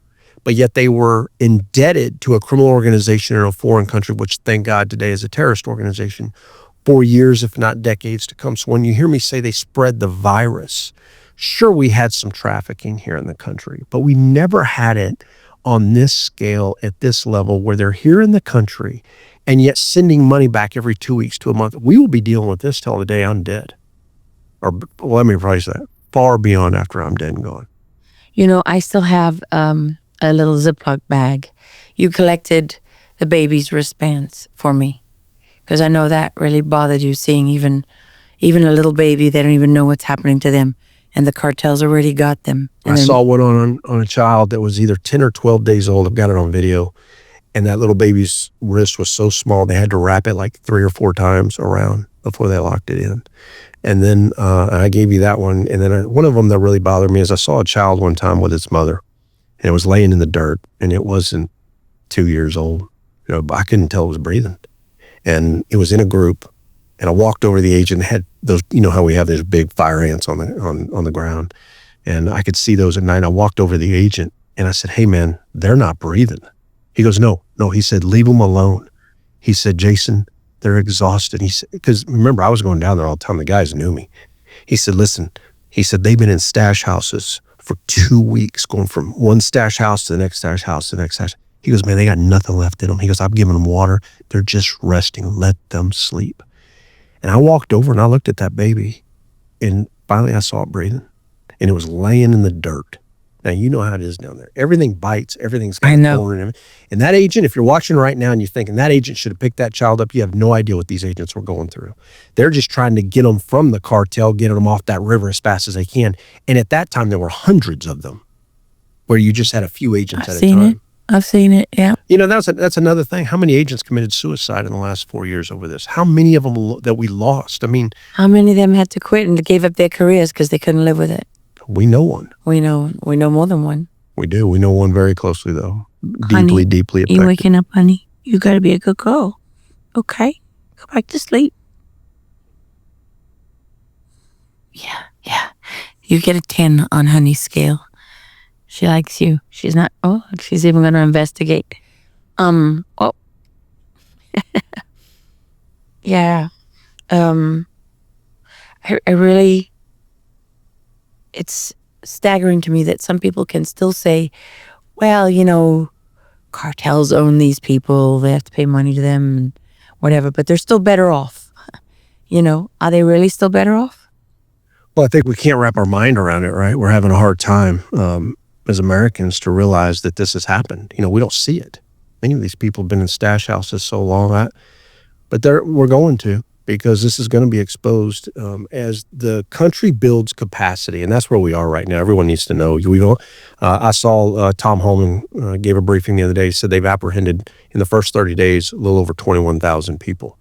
Well, you have to remember, we were averaging 10 to 11,000 a day. A day. So that's 300,000 plus people a month for years. Yeah. I mean, we have some serious capacity to build domestically. And then you also have to build up the border, and you also have to build up the capability to go and reestablish relationships that were destroyed in Mexico. So there is a lot of work that's going to be done in the federal government in the next 4 years. Well, yeah, just think about the fact, remember what Mexico did right before Biden came in, where they took away the immunity of U.S. law enforcement agents in Mexican courts. I mean, pretty much declared war on U.S. law enforcement. Mm-hmm. Right? And if you shared intelligence, they want to know who it came from. Well, what was that?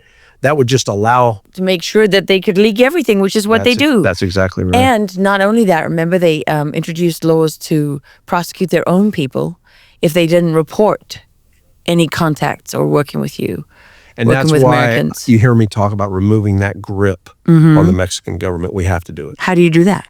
You go after those who we can pull out of prisons right now through extraditions. That is a huge one. The second one is you go after the 100 to 150 who have active warrants within the network that we can remove very rapidly, very quickly. And then we begin to attack the network with a level of speed and violence, the likes of which many will be surprised by. That will be music to some people's ears. These are bad people, though. These are very bad people. Tell me what you mean by bad. Well, these are the company. These are the people who have been extorting government officials. These are the people who are responsible for leveraging Mexico's justice system against their own citizenry. There is accountability coming to these people for what they've done. And that allowed for the masking of what we've been feeling here in the country.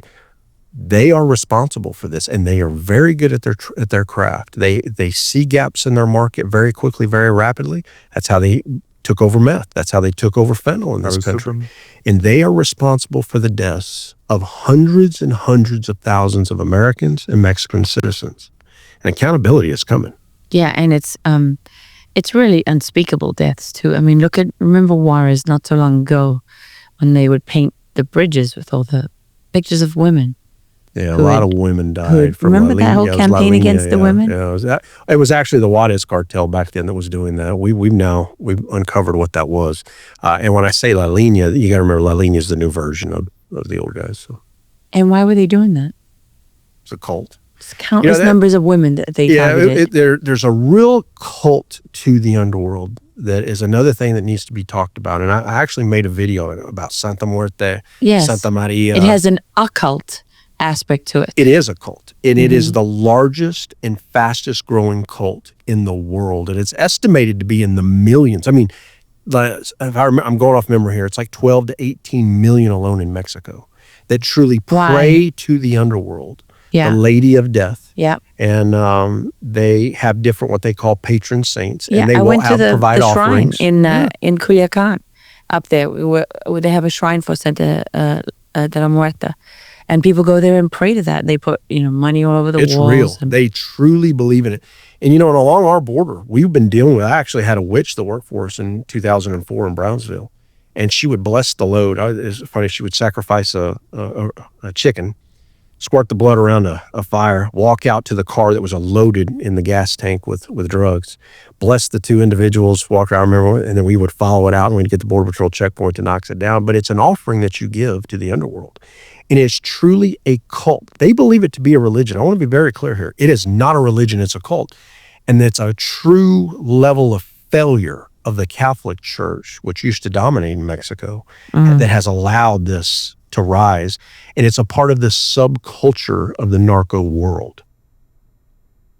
It has its roots, right, in some of the, when the Spanish, the conquistadors came, and you had those local tribes, the indigenous people, and there's sort of this sense that runs through it that as long as you're praying and you have the blessings of God and you have this kind of Robin Hood mentality that you're rising up against a power and you're doing something for the community, right? There's roots. Jesus Moverde is one of the patron saints that you're talking about that has that Robin Hood.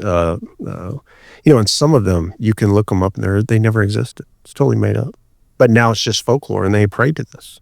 But if you think it's not real, let me be very clear. You hit houses all along the southern border in Texas. Yeah. You are seeing the shrines. You are seeing the offerings. And this is spreading all across the nation as we open the border up. So, So law enforcement across the country are seeing those kind of shrines? They're dealing with it, where before this was something we only saw very limited to the border region. And sacrifices, what kind of sacrifices? Well, in Mexico, they'll kill people and sacrifice, put the hearts up as offerings. This is real within that culture down there. Cut people's hearts out, eat the hearts, an offering for this. This is real down in that country. One of the Zeta guys that we chased for years, he was a priest with Santa Maria. What's really interesting about that, I was thinking of the incident with the Mormon families where the Langford family and the LeBaron family. Yes. Horrible incident. You actually went down there and and not directly the LeBaron family, but indirectly, yes. Yes, and I spent some time with him at La Mora. Wonderful, amazing people, actually mean a lot to me. And and trying to understand what happened there. But I do remember, because it was one cartel that killed them, and then the local cartel, the guy had sent his guys to sort of find out. And these guys, it was gunfire everywhere, and this local cartel guys had to go in towards the gunfire. And this one guy, one of the family members told me, these two guys came back. They went to the car to get something before they went in, and they came back and their faces were white with cocaine. They had just shoved their faces in the cocaine to get this sort of Dutch courage to go in there, because the level of brutality, part of the motivation for that is making sure that nobody dares to challenge you, right? No one dares to challenge your authority. So within these organizations and to each other, they're exceptionally brutal. And to get the courage, right? And to get the courage. A lot of courage comes with that. I still talk to the Langford family after you introduced me to them. Still hear from them. And me too. One of the things I think about all the time is I had been going on to Lou Dobbs. This was, you and I had just met, and this was when President Trump, if you remember the first time in 2019, he said, we're going to designate these cartels as terrorists. Yes, that was the incident that first that's right. got him talking like that, right? That's right. And Lou Dobbs, I'd been coming on, he had me on. He said, Jaeson, I'll never forget this. He said, congratulations, man, you did it. The president just announced. And then they turned around and stopped it. And who stopped it? Well, I think the machine went to work, convincing the president that it was the wrong idea. Including Republicans. 100%. Absolutely. Yeah. Back, honey. You're back. Yeah. That was particularly brutal, burning babies alive in car and shooting baby in the horrible case. Car seat and horrible. Killing all those children, those women and children. Just one of the worst things ever. Haunted, and such wonderful people and the families that they left behind. The kids who loved their mom so much. Just, still haunts me, breaks my heart. But that's just sort of a classic example of what Mexican people live with every day. Every day. And their story never gets out. Have you noticed that? Yeah. What those families down there are dealing with. Well, I mean, how many journalists in Mexico get killed every day? Yeah, absolutely. Get killed or attacked every single day. And nobody does anything about it. And Jaeson, so what about, we talked about the fact that American citizens living inside of Mexico will be at risk. From the U.S. side, how do you counter that? I mean, I wonder what it's going to take. When you go off to fight a war in a foreign country and it's not your civilians that are first in line, that's one thing. But when you start, the cartels, they have the capacity, they have the training, they have unlimited financial resources. They have SAM-7s, shoulder-fired missiles. Absolutely. Right? Surface to air missiles. They can bring down 2 aircraft with... well, they've done it. And look at Operation Jalisco. Yes, right. Operation Jalisco was, for the folks watching, was one of operations where they, under the Nieto administration, when they decided to go after El Mencho, literally going after him specifically, the head of Cartel Jalisco New Generation. And he shot down one of the helicopters. And if I remember correctly, I'm going off memory here, they impacted 46 municipalities. This was a massive operation, ground and air. And when it was over, it was considered one of the biggest failures under the Nieto administration, Operation Jalisco. Because of that helicopter. But that wasn't the main takeaway. The main takeaway was the call that came from El Mencho that said, if you do that again, I'll come into Mexico City. Because historically, Mexico City was off limits. So, and the government backed down. That's right. Again. And I will tell you, you're not flying over the Sierra Mountains if you think you're not going to get shot at. You will. Yeah. And also the guys you really want, they're not sitting at the border, exposed within easy reach of the U.S. They're in those mountains and they're in their strongholds and they have their underground in the mountains tunnels and everything else, right? They Absolutely. They have the training and the tradecraft and the commitment. They have the network. Absolutely. And the network. And that's where the challenge will be. So people ask me all the time, Jaeson, will we go kinetic in Mexico? The answer is yes, but it's to take out those capabilities so that you can attack the network. Now, will it be us? Who knows if we'll know that for a long time. Will it be the Mexican government? Yes, but there will have to be a very strong involvement in the air-to-ground operations to take out the capabilities so that you can then go and attack the key nodes within the network. That will be extremely, extremely important so that we can pull that grip that you hear me talk about off. Okay, here's 3 narratives that are already emerging to counter the terrorist designation. I want to address everyone. First one is that, President Trump isn't stupid enough to take on a war he can't win like George Bush did. And that a win for him will be no fentanyl. As long as you get rid of the fentanyl, you will dramatically reduce the number of deaths. Okay, let me address that one first, if I could, before. That is already underway. What you are saying is, I want to be very clear here. The major cartels, Sinaloa and CJ&G, are already planning that. Now, if you are living in Europe, if you are living in Australia, or you are living in New Zealand, you need to hear me, especially if you're with Europol. Europol's the investigative wing in Europe. They are going to be sending large amounts of fentanyl and methamphetamine to Europe. It has probably already started. Now, why is that? because they have to show President Trump that they are lowering the overdose deaths. They are lowering the seizures at the southern border. And you're going to see a massive shift to those countries. Now, they're already moving product over there. The problem is it's a logistical issue, right? It's far. Because it's further away. That's so right. It costs more. It's more risky, but right? they can make more from it. Yeah, because the price goes up. This is where the rise of CJ&G came from. So the price goes up. It is more expensive, but they can make a lot of money, and they've got to show proof that the Mexican government is settling this problem. Then it's a win for everybody. Correct. Because they're counting on the fact that Trump's going to say, look what I've done. You know why? They're doing it now. Because he says it with the border. Because he says, look, we've shut the border. But you haven't really shut the border. I mean, you've made dramatic achievements in stopping the massive flow of humanity and sealing the border. But in terms of national security, you can still infiltrate high-value targets and terrorists and government agents and so on. Well, they're going to adjust. What they are doing right now, the Halcones, they're already under a lot of pressure from the plaza bosses to get product into the United States, move more dope in. Now, how do you do that when you've got a whole lot more holding up against you? Well, you increase your trade craft. The Halcones are very good at what they do. In South Texas, they utilize two-way handheld encrypted radios and encrypted apps. As you go out further west, they've never had to because law enforcement never put it. So they're still operating in the open on our side. But they're very good at what they do. So they're going to start flying loads over in heavy lift drones. And you're going to see air smuggling increase dramatically with what we call short landings. Historically, what happens is let's say this is our border. They'll fly. If you were sitting in AMOC, Air and Marine Operations Center under CBP in California, you could watch on their huge displays aircraft coming from Central and South America, southern Mexico, right up to the border. As they get to the border, they land. They don't even turn off the motor, man. They just move the dope out and they're back up. And it's this constant barrage of product coming up to our border. What they're going to do is they're going to leap over on what we call a short landing. They'll land a mile, 2 miles in.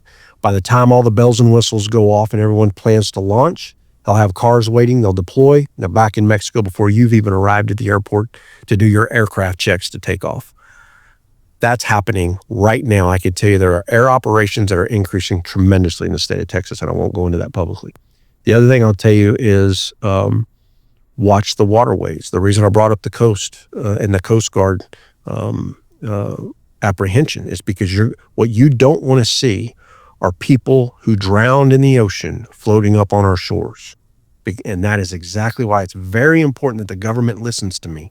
I've been doing this a long time. I know my stuff pretty well when it comes to law enforcement operations at our border fighting these cartels. That's really my specialty.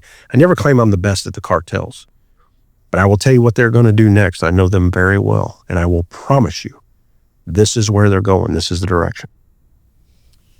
Okay, so as long as you define it, it's a win for the cartels if they get President Trump to define winning in this war as getting rid of fentanyl. If they can live to fight another day and they can give him the public win that he needs, right? In the media, look, I've reduced overdose deaths by this much. I've saved this many American lives. They'll just wait him out. I think that's their plan. That's their plan. I think they're underestimating the situation. Because that's one of the counter narratives. Absolutely. Is that Trump is too clever. He's not going to try to win the whole war because it's an unwinnable war. That's one of the narratives. It's an unwinnable war. You'll never eliminate the cartels. You know, that you underestimate them. You couldn't win a war against the Taliban in Iraq for the same reasons. And you're not prepared to take the hit to the economy. That's still a big argument. That's still a big narrative, right? That you've got, say, NAFTA, all those companies that are all staged along the border, the warehouses. There's plenty of targets, put it that way. And it doesn't, as I know from being on the battlefield, it takes very little to destroy. Like you can have very small teams to, what does it take to down an aircraft? And if you can do that, if you can show that you have American aircraft, civilian aircraft in the United States that are brought down by the cartels, what's that going to do to your billion-dollar aircraft industry and all the trade and everything related? I don't see them doing that here. Now, I could be wrong. I mean, we don't know what we don't know, right? They've expanded it tremendously. What I do see them doing, though, is exactly what you're saying. Trying to survive as long as they can, just make it through 4 years, make sure everything looks like it is dropped. But at the end of the day, the initiative is very clear. The commander's intent has been given, and it is to eliminate them as we know them. Now, are we trying to stop the crime problem in Mexico and Mexico's issues? Absolutely not. But we have to take away this capability that they have engulfed and this grip off of the Mexican people. And you can do that very covertly, working with the Mexican government, going after these key nodes. And I am saying that as somebody that did it and watched the Zetas be destroyed through the great work of just a few men from the United States. Just a few. Now take this heavy machine that we have. I'll give you a great example of what I'm talking about. That intelligence apparatus is up and running. In the last few days, Ivan Guzman, who runs the Chapito cell, has lost two of his... One of El Chapo's sons. That's correct. He's running the main cell there. I will tell you, I think his days are numbered. Absolutely numbered. So... And that's a good thing, because that is getting away what we traditionally understand the Sinaloa to be. Look, this was the largest cartel. It is absolutely fractured right now. And the more you continue that pressure and you go after the right people and the right nodes, you win. You absolutely win this. Now, are you going to stop the drug problem and all? Of course not. But you are lowering things to where it's at a manageable level and societies can live in peace, including the Mexican people. And that they are a populace that we can't forget about either, because they have truly been forgotten, as you mentioned, by the media, in my opinion. Yeah, over and over and over again. And, in fact, even the list of cartels tells that story, because you mentioned Michoacan, right? And Michoacan 20 years ago didn't have the problem it has today. Oh, not at all. Yeah. No, so many parts of Mexico. When we were doing this, even from when I go back to 2008 to 2016 when I retired, and I was really living and breathing it. I mean, I was living and breathing it. Most of the violence was along the frontera. It wasn't throughout the country of Mexico. Sure, you had battles that went on in Juarez, and sure, you had them in other areas, but the concentration, and I'll go back to, if you look at what it was back then and what we see it today, Mexico has erupted in violence. It's at unprecedented levels. So, across all industries, right? Because it used to be drugs, and now it's just about everything you can imagine. And Michoacan is the avocados. It's also huachicoleo, which is the theft of the oil, right? And to control the oil pipelines and all that, attacks on ranches and... Oh yeah, people moving through. I mean, they have diversified into every, both legal and illegal thing you can be involved in these cartels. Everything you can think of. Yeah, absolutely, across the board. Even before I retired, they were putting, and I'll give you a great example, the Gulf Cartel, once you paid the piece over the tax, for legitimate goods on 18-wheelers from the United States going into Mexico, they would give you a Browning sticker, the shotgun Browning sticker. And if they saw that on the truck, they knew it had paid the piso and the tax and was to move on.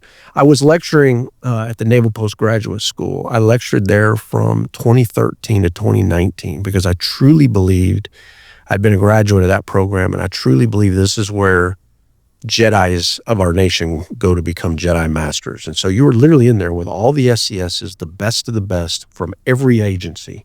You mean the senior executive service bureaucrats? Correct. People who were going up the chain in the food.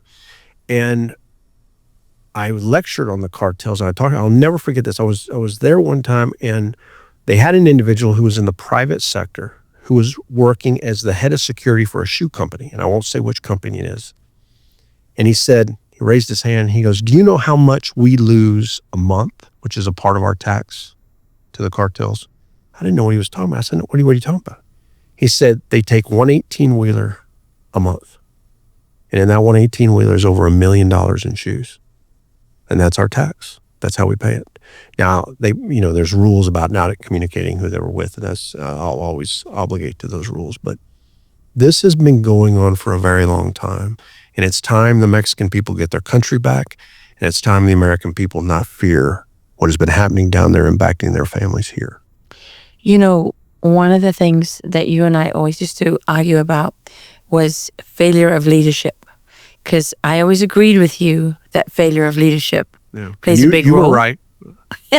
I'm sorry. Wait. Yeah. What did you say? Yeah, it kind of hurts there. But what did you... Wait. No, you were right. I still say failure of leadership.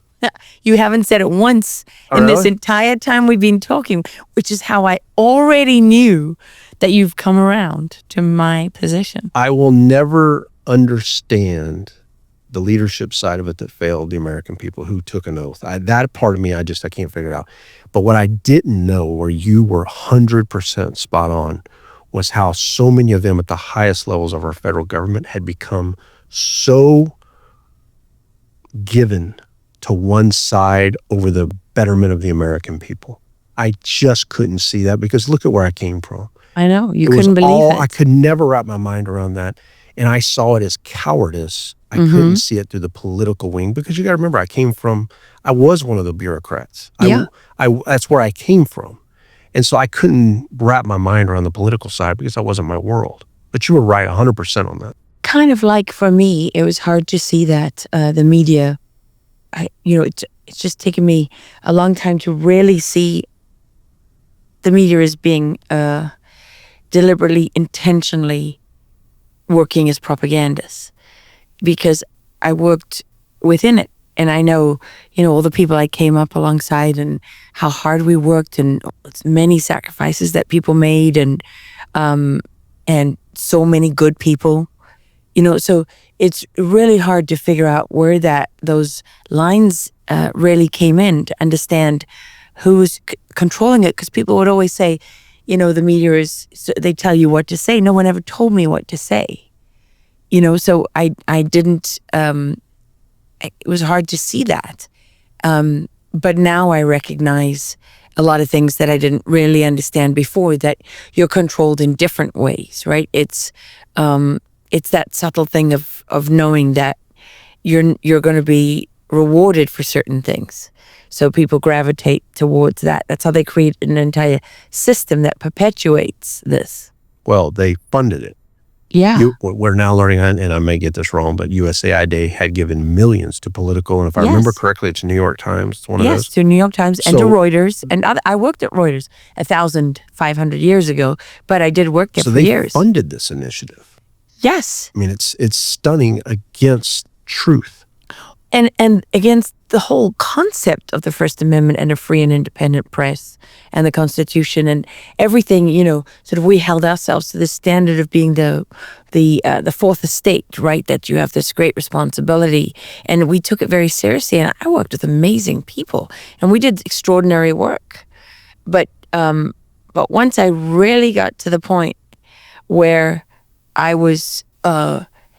had a very large platform, being part of 60 Minutes and being elevated and recognized by the industry and all the rest of it.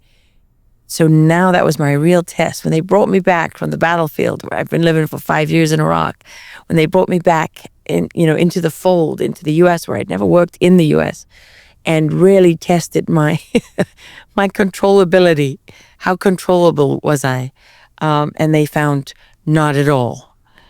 Didn't work out too well. No. Yeah. And you have a bit of that DNA, right? It's interesting. I don't know what I am. I'm a unique thing. How many people have been cops and out of such anger got into journalism? And not a lot. No. Not a lot. And I was willing to do whatever it took to illuminate their operations, because I believed that if I could just show the American people, I lived by illuminate it to eliminate it. That was my whole mantra. But then at some point I realized it doesn't matter what you illuminate. It doesn't matter what you do and what you show. The disconnect is too big, and the machine will never do what needs to be done to protect the American people. And to me, that's scary. Okay, but Jaeson, isn't where we are today proof that that's not that it's not true, but it's just that you did achieve that by illuminating. You did bring about that change. You were right. Yeah.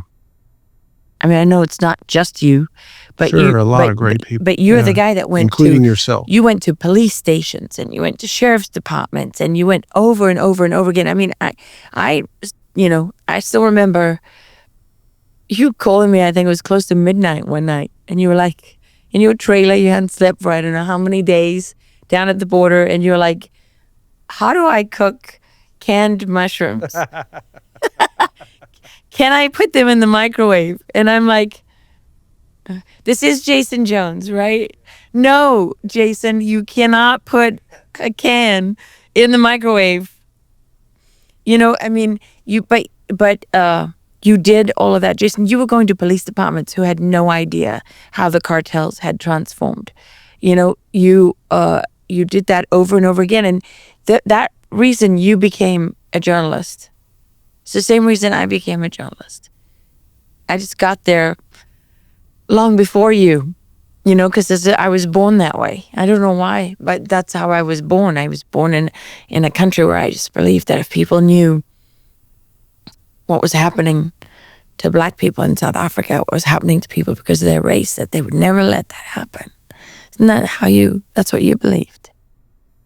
Yeah, it's so true. And I'm still stunned by it. I never saw this coming, never thought about it in a million years. I was actually offered the job. I didn't even apply for it because I didn't even know I could apply for that. I'll tell you how stupid I am. But which job? To work at Newsmax where I'm working. I'm still very humbled by it. I really am. I really am. But Newsmax is lucky to have you. I mean, you do 5, 10, 15 live shots a day. I do a lot. That's exhausting. It is exhausting. It is. But you know what? We've been able to make it happen. And I give you a lot of credit for that. And I say it publicly all the time. You're the best journalist I ever met. I mean that. And if it hadn't been for your mentorship, I wouldn't have been able to do this because I didn't know how. I mean, I had no clue. Just started with nothing, a cell phone. That's how it started. So I appreciate you and all your guidance. You had all the right qualities. Yeah. You know, it's just like when you're a lot of molding, let's be honest. So you're a fast learner. Well, I wonder about the other second, third, fourth order effects, just to prepare people for what they may see coming in the future. Because there's no question that, you know, the United States military, if they bring the resources that they have to bear, they can find anybody. I mean, I spent all those years going 100%. On operations looking for Osama bin Laden. I'm so annoyed that I did that. I'm so annoyed. Climbing mountains at 8 months pregnant, you know, wading through minefields at 4.5 months pregnant with my daughter, watching Americans' bodies be torn apart and shredded on battlefields, watching people die, people in Afghanistan, Afghan soldiers, Iraqis, watching all of that, only to find out, you know, later that we have so much capability that we could have used that we never did, you know, like stealth thermal drones that can be equipped with voice and facial recognition that can find anyone anywhere without putting a single boot on the ground. You know, there's so much that we can do. I mean, the United States military can come with the stealth capability that it has, that even the cartels do not have the capability to defeat. They can bring an entire army out of the sky, land it on the ground, and those shadows can go to work and disappear before the sun comes up, and no one will even know what hit them. And that's not bravado. I'm not saying that to be rah-rah America. I'm not saying that this is an easy fight. When these people are smart and they're capable and they're committed and they're fighting for everything. And the key here is that we don't show that we're invading sovereignty of the Mexican people. Because what the cartel will do with their propaganda machine is very rapidly spin that up, that their sovereignty is being invaded. Right. Try to draw a unity of effort by not only Mexican citizens, young men who have nothing, and bring them into the fold of these cartels. And so it's very important that we do this the right way and we get it right. But where I will tell you right now, from where it stands, the policy is right. And not only is the policy right, the authorities given, which we have worked so hard to make sure happened, has happened. And that is right. Now, the details will matter as we move forward. And that's why I'm saying what I'm saying about making sure that we go after the right key nodes, the right side of these cartels, and remove that grip off of the Mexican government so that they can protect their people and be free to do that. Right now, judges can't do what they need to do in Mexico. There's no way they'll be killed. No. So you have to come in and remove that. And this is absolutely doable, working with the Mexicans to go after them. How do you do it? Precision-led intelligence operations attacking the network. Look, some of these networks are a mesh network. They're a hub, a spoke, a wheel. Each one is differently, and you've got to go after. And one of the things, and I'll give you a great example of what I'm talking about here. Let's say your capability within the organization is car bombs, okay? Yeah. What they don't do well is train the trainer programs because they don't want others to know their craft. So if you can take out or remove the individual that has that, you can take away that capability very quickly. The person that's purchasing the surface-to-air missiles from Central and South America, you can take that individual out. And when I say take them out, kill them or remove them by arresting them. And now that trade craft of who they were buying those from, that's dissolved. So you can make big wins very rapidly, and you're not doing anything in regards to the sovereignty. You're helping the Mexicans be successful. But you're relying on a narco state. You are, but there are people Full of corrupt people. Vetted teams, and I will say again, there are ways that we can do this that are proven that worked. And you obviously can't tell me all those ways. Obviously, there has to be a line. And I wouldn't want you to. Yeah, there's a line there that has to happen. But for the American people, watch the movement of drugs. Listen, stick with the Reagan model and within the Mexican government. Trust but verify. And the secondary and third things to watch for is the propaganda coming out of Mexico by these cartels that their sovereignty is being damaged. And they're not above killing civilians and saying, "Oh, look what the U.S. did." 100%, 100%, and taking hostage of Americans down there. That's another major concern. And I think those are the triple R's to watch for moving forward. Well, the U.S. can't stop them taking hostages. Can't stop them all. You got too many people. Can't stop them all. You got too many people living in Mexico that are American citizens. But the hell to pay for doing it should be unprecedented. And I hope that they're... Well, there's a hostage right now. There's no hell to pay. I mean, I'm just saying. But the buildup is happening. The capacity is building. And I'll give you a great example of that. Like right now, you're hearing about the Reaper drones that are flying down there that have been allowed by the Mexican government. So collaboration is happening. The P-8, the U-2 spy plane is flying down there right now. Now, those are the ones they tell you about unclassified, right? Sure, yeah. The ones they're willing to acknowledge are usually the least of it. Now, they're acknowledging it. Do you know why? Because it came out publicly in the cartel blogs as they're putting in tail numbers. You can watch the flight patterns. Yeah. Now, those are the unclassified aircraft, right? Yeah. But that's not how the cartel bosses learned about it. They learned about it because, remember, when you're flying aircraft doing the short landings like I talked about, how do you guarantee that the peso, you're flying over somebody's territory? You got to pay the peso the tax. So the people who are air traffic controllers are also a part of the spy network and the halcones for the bosses. So they're informing them what's flying in their airspace. It all has to do with getting the tax. If somebody flies over my airspace, that's my airspace.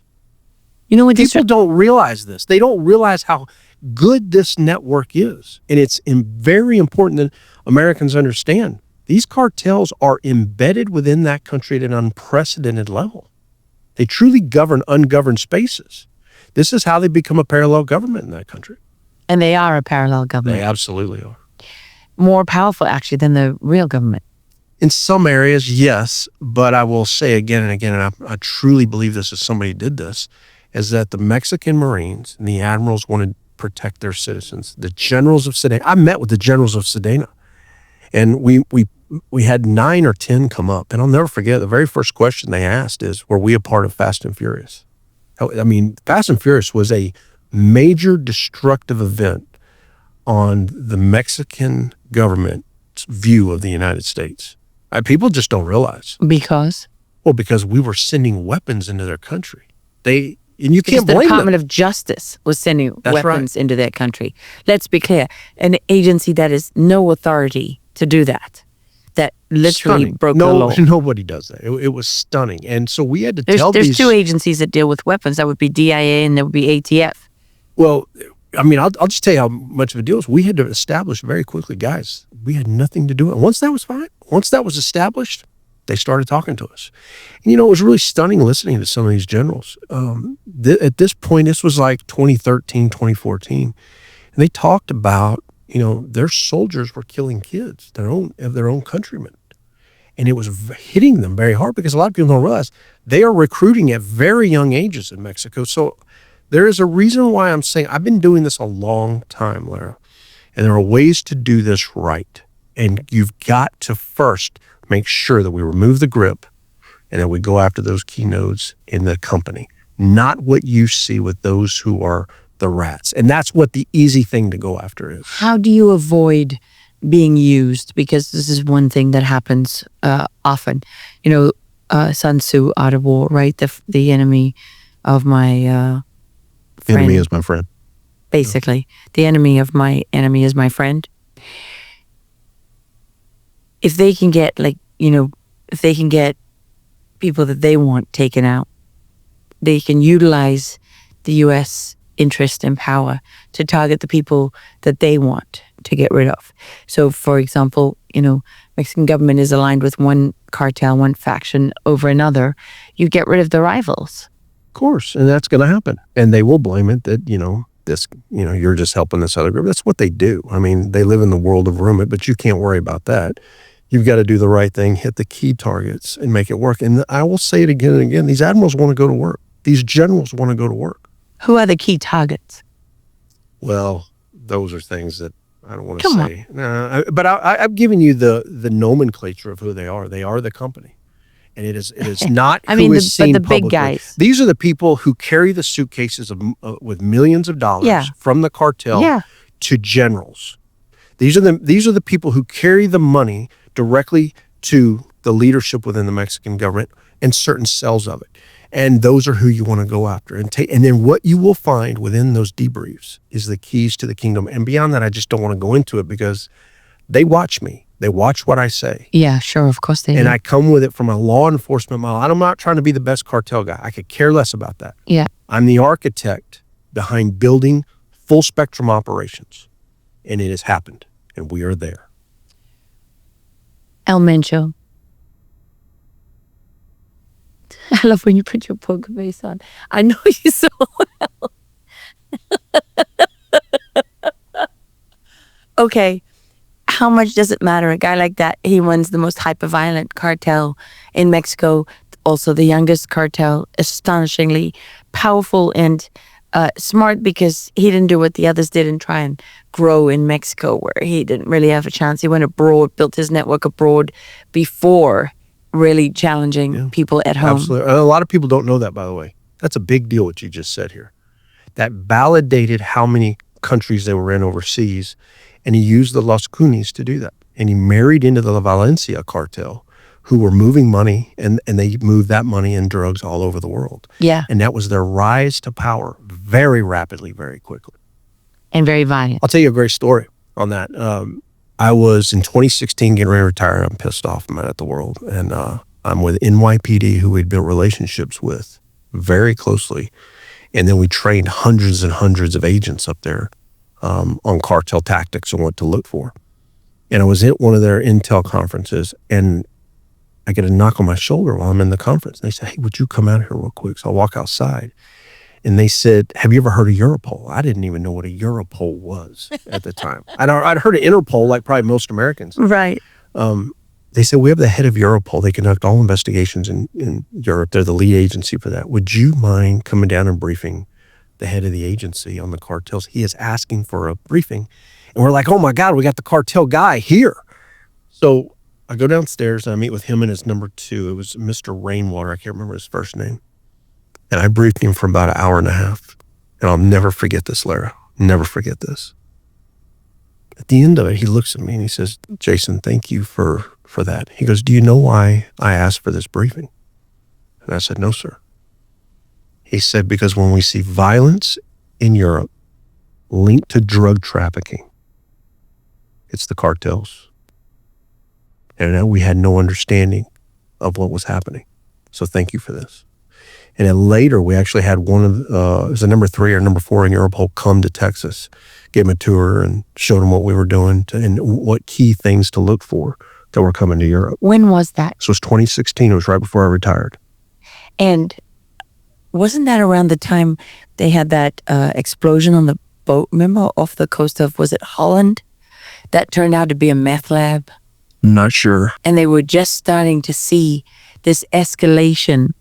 That was all happening around then. From 2012 to 2016, the movement of drugs overseas just ramped. In Australia, they were getting $180,000 a kilo at it for a short time. Of cocaine. Of cocaine. And at the border, I could buy it between 180,000. 11.5 and 13.5 a keep, and yet they were getting that much. So you see why they rose to strength so fast, so quickly. And Yeah, because there was so much money to be made. I'll never forget, I didn't know this, but the Australians do something that's pretty badass. If they intercept and interdict a boat that's got dope on it, they machine gun it and sink it. And it takes away their ability to keep using that. And it's a brilliant model. And With only the learned people on it? No, after.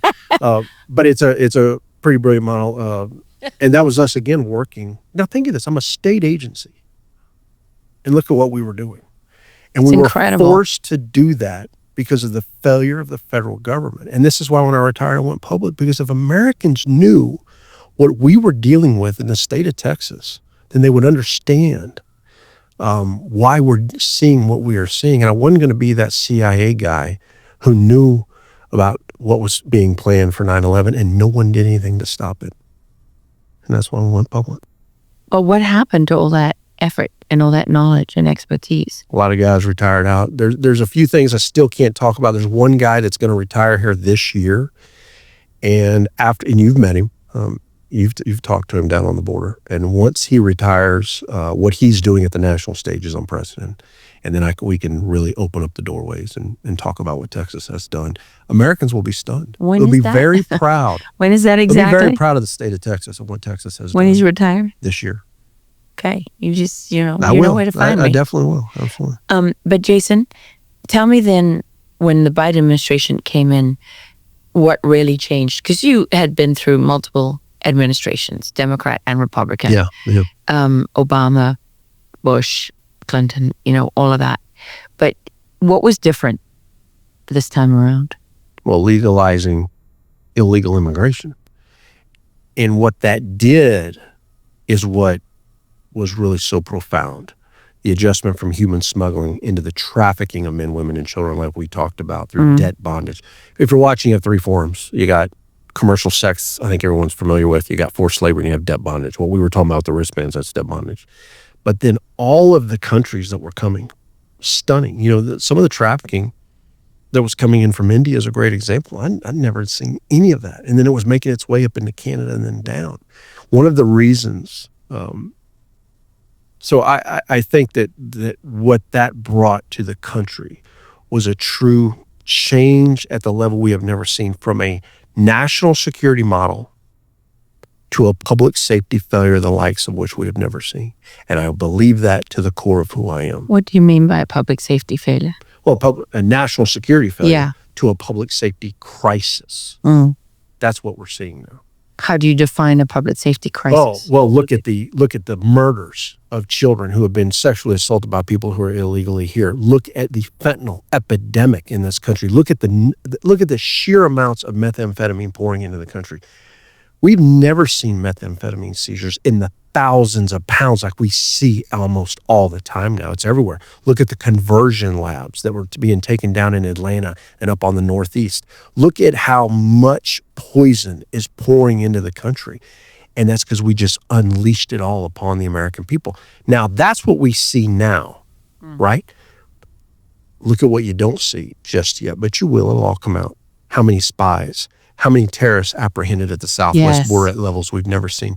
So when you hear me say the national security failure has led into a public safety crisis, this is why you hear Tom Homan talking specifically how they are very focused on the most violent people who can hurt the American people. That's the right initiative. Get them out first. Then you can widen that aperture, but you have to take out that grip that can threaten to hurt so many Americans very rapidly, very quickly. So here's an unpopular question for some. Do you really think that you can remove 15 to 18 million people who've come here illegally just in 4 years? No. Can you even move half of that? Well, let's stick to what's important though, right? Yeah. Protecting the American people. Eventually, you can do it. But you have to get the violence and those violent offenders who can hurt families out. You have to. That's, as difficult as that is, as fraught as that is with risk, it's still something that most Americans can wrap their head around, right? It doesn't make sense to, even if you're, Democrat and you don't want to believe it and whatever, you see these people being killed by illegal immigrants, and there are a growing number all the time now because they've let so many people in. And when you've gone to, like the president of Venezuela did, go into the prisons, recruit the most violent criminals, and then create create a cartel out of them, you've now put an army of killers, murderers, and rapists on the streets of the United States. So inevitably, that's going to show itself, reveal itself over time. And it has. Yeah. And so, most people, if you can tie those things together, you can say, okay, this guy is, a rapist, this guy's a murderer. Okay, I'm okay with that, getting rid of him. But there's the human cost. If your weapon system, it's easy to go into a battlefield and remove mines. No one feels sorry for the mine, right? I mean, it's dangerous and risky, but in the end, you're just removing munitions. Your weapon system in this case is human beings. So now you've got girls from, for example, Venezuela that have been trafficked in groups of 20, 30, 40. It's horrible what's been allowed there. Who've been raped, who are raped right now. Some of them will be being raped somewhere not far from here. And they've got children. Now they're being removed as prostitutes. That is going to happen a lot. And their children. Yeah, horrible things here. But, this is the chaos. And if they go back, people say they'll be killed when they go back. And this is the chaos that was unleashed upon the American people. I mean, I couldn't agree more. I will tell you it's not great, it's an incredible story. I was with some incredible DEA agents recently, and they were showing me video of a house on their cell phone that they had gone in. They'd been monitoring these sicarios who were coming into Houston. Who are sicarios are hitmen. Yeah, hitmen for one of the cartels, and they were being smuggled with regular smuggling network. And the one of them was being held in this stash house. Well, the guys who were holding them had no idea who some of these people were. So his compadres decided, hey, this guy keeps jacking up on the price. You want to tell us where our guy is? We're going to figure this out. We're going to kill him. We're just going to kill them all. Well, they had to intercept on this, right? Do an intercept on it. And so the U.S. guys. Yeah, the U.S. law enforcement. And so they go to this house, right, where they were tracking one of the phones. And they breach the door. And when they breach the door, what they see is all these men with no clothes on lined up against the walls. And one of those sicarios was in there. I mean, they had their undergarments on, but it's very common for smugglers to take your clothes so you don't run off. That's right. What that's all about, because you're being held longer for or more extortion. And they went in the back room, and there was all these women back there. And what they learned from that was that some of these women were from Venezuela, like you're talking about. And they had, what do you call those devices that you put in your arm so you don't get contraception? Pregnant? Yeah, but it's the one that goes under the skin. Yeah. In Venezuela, they were putting 5 years worth underneath with no anesthesia, putting it in, and then smuggle them all the way up. And there were some of those women that were in that group, and they were heading to Florida. And they've been coming in groups like you just talked about, 10 to 20 at a time, all the way up with smugglers, so that when they get to Florida, they're going to be with John after John after John. They're going to be working off their debt. And then eventually after 5 years, they'll be allowed to stay. But until then, they're working. These are the horrific cases. And I told the guys, I said, that needs to be seen by every American in this country. Yeah, but why isn't it? You have outdated policies by the Department of Justice. Yeah, it's the DOJ. I already know the answer, because every law enforcement guy that I have ever met and talked to about all of these things, these are massive. They want people to know. But every time the DOJ will say, no, you can't talk because you're going to mess up the case. That's it. I think they've been saying that since the 60s. That model has failed. Oh, and don't even get me started. This is one of your favorite subjects. Oh my God. It's so frustrating. And what was the condition of the women? They were also in their underwear? They were. And then the guys, that's where they, got them, rescued them, got them out of there, and then found the debriefs and learned about this entire network that had been doing this. Imagine how... Now, that's one network. Never mind 170 one network, plus one countries. house. That's exactly right. Jason, if most Americans knew, you think about what motivates people when they say, I don't like Donald Trump's immigration policies, right? What motivates them is really a sense of humanity. Is like, I feel for these people. Sure, of course, yeah. So we want to, I can't bear to think of people suffering. So imagine for those people to know and fully understand the depth and breadth, there's just the scale and the severity of the abuse that is taking place for these people. I mean, I don't know what's left of a woman after she's been raped for 5 years straight. And or a young boy, by the way, because that's real. That's real. This is happening in our country at a level we've never seen before. And that's just part of how it was masked. The FBI's failed uniform crime reporting system. You and I have talked about this before in the past. It is so outdated. It was created in 1929, implemented in 1934, and ran up until 2021. That system, so outdated, only captured 8 index crimes. That tells you whether a crime is going up or going down, right? Okay, so I think that this is something that people don't even know, that basically the FBI has a list of crimes that they use as a statistical measure for the safety of a community or of the nation. Or of the nation. Right. So they look at it collectively. Through 8 index crimes up until 2021. Which are? Murder, sexual assault, manslaughter, stolen vehicles, burglary, robbery, and I'm missing, aggravated assault, and then if I remember correct, assault. So there's your 8. Now let me tell you what that doesn't cover. Drug trafficking, weapons trafficking, money laundering, extortions, sexual, human smuggling, human trafficking, which, can you believe in this day and age, doesn't cover it. Look at money laundering. And the list goes on, but notice it is everything you and I have talked about. It is transnational crime. They don't even include it. So when they tell you statistically the United States, is safe, is not safe. That's what they based it on. They're not even looking at most of the crimes that are taking place. And that's why I was in a position when we built out what we called the BOSA, the Border Operations Sector Assessment. People always wonder, well, why did you get to see it?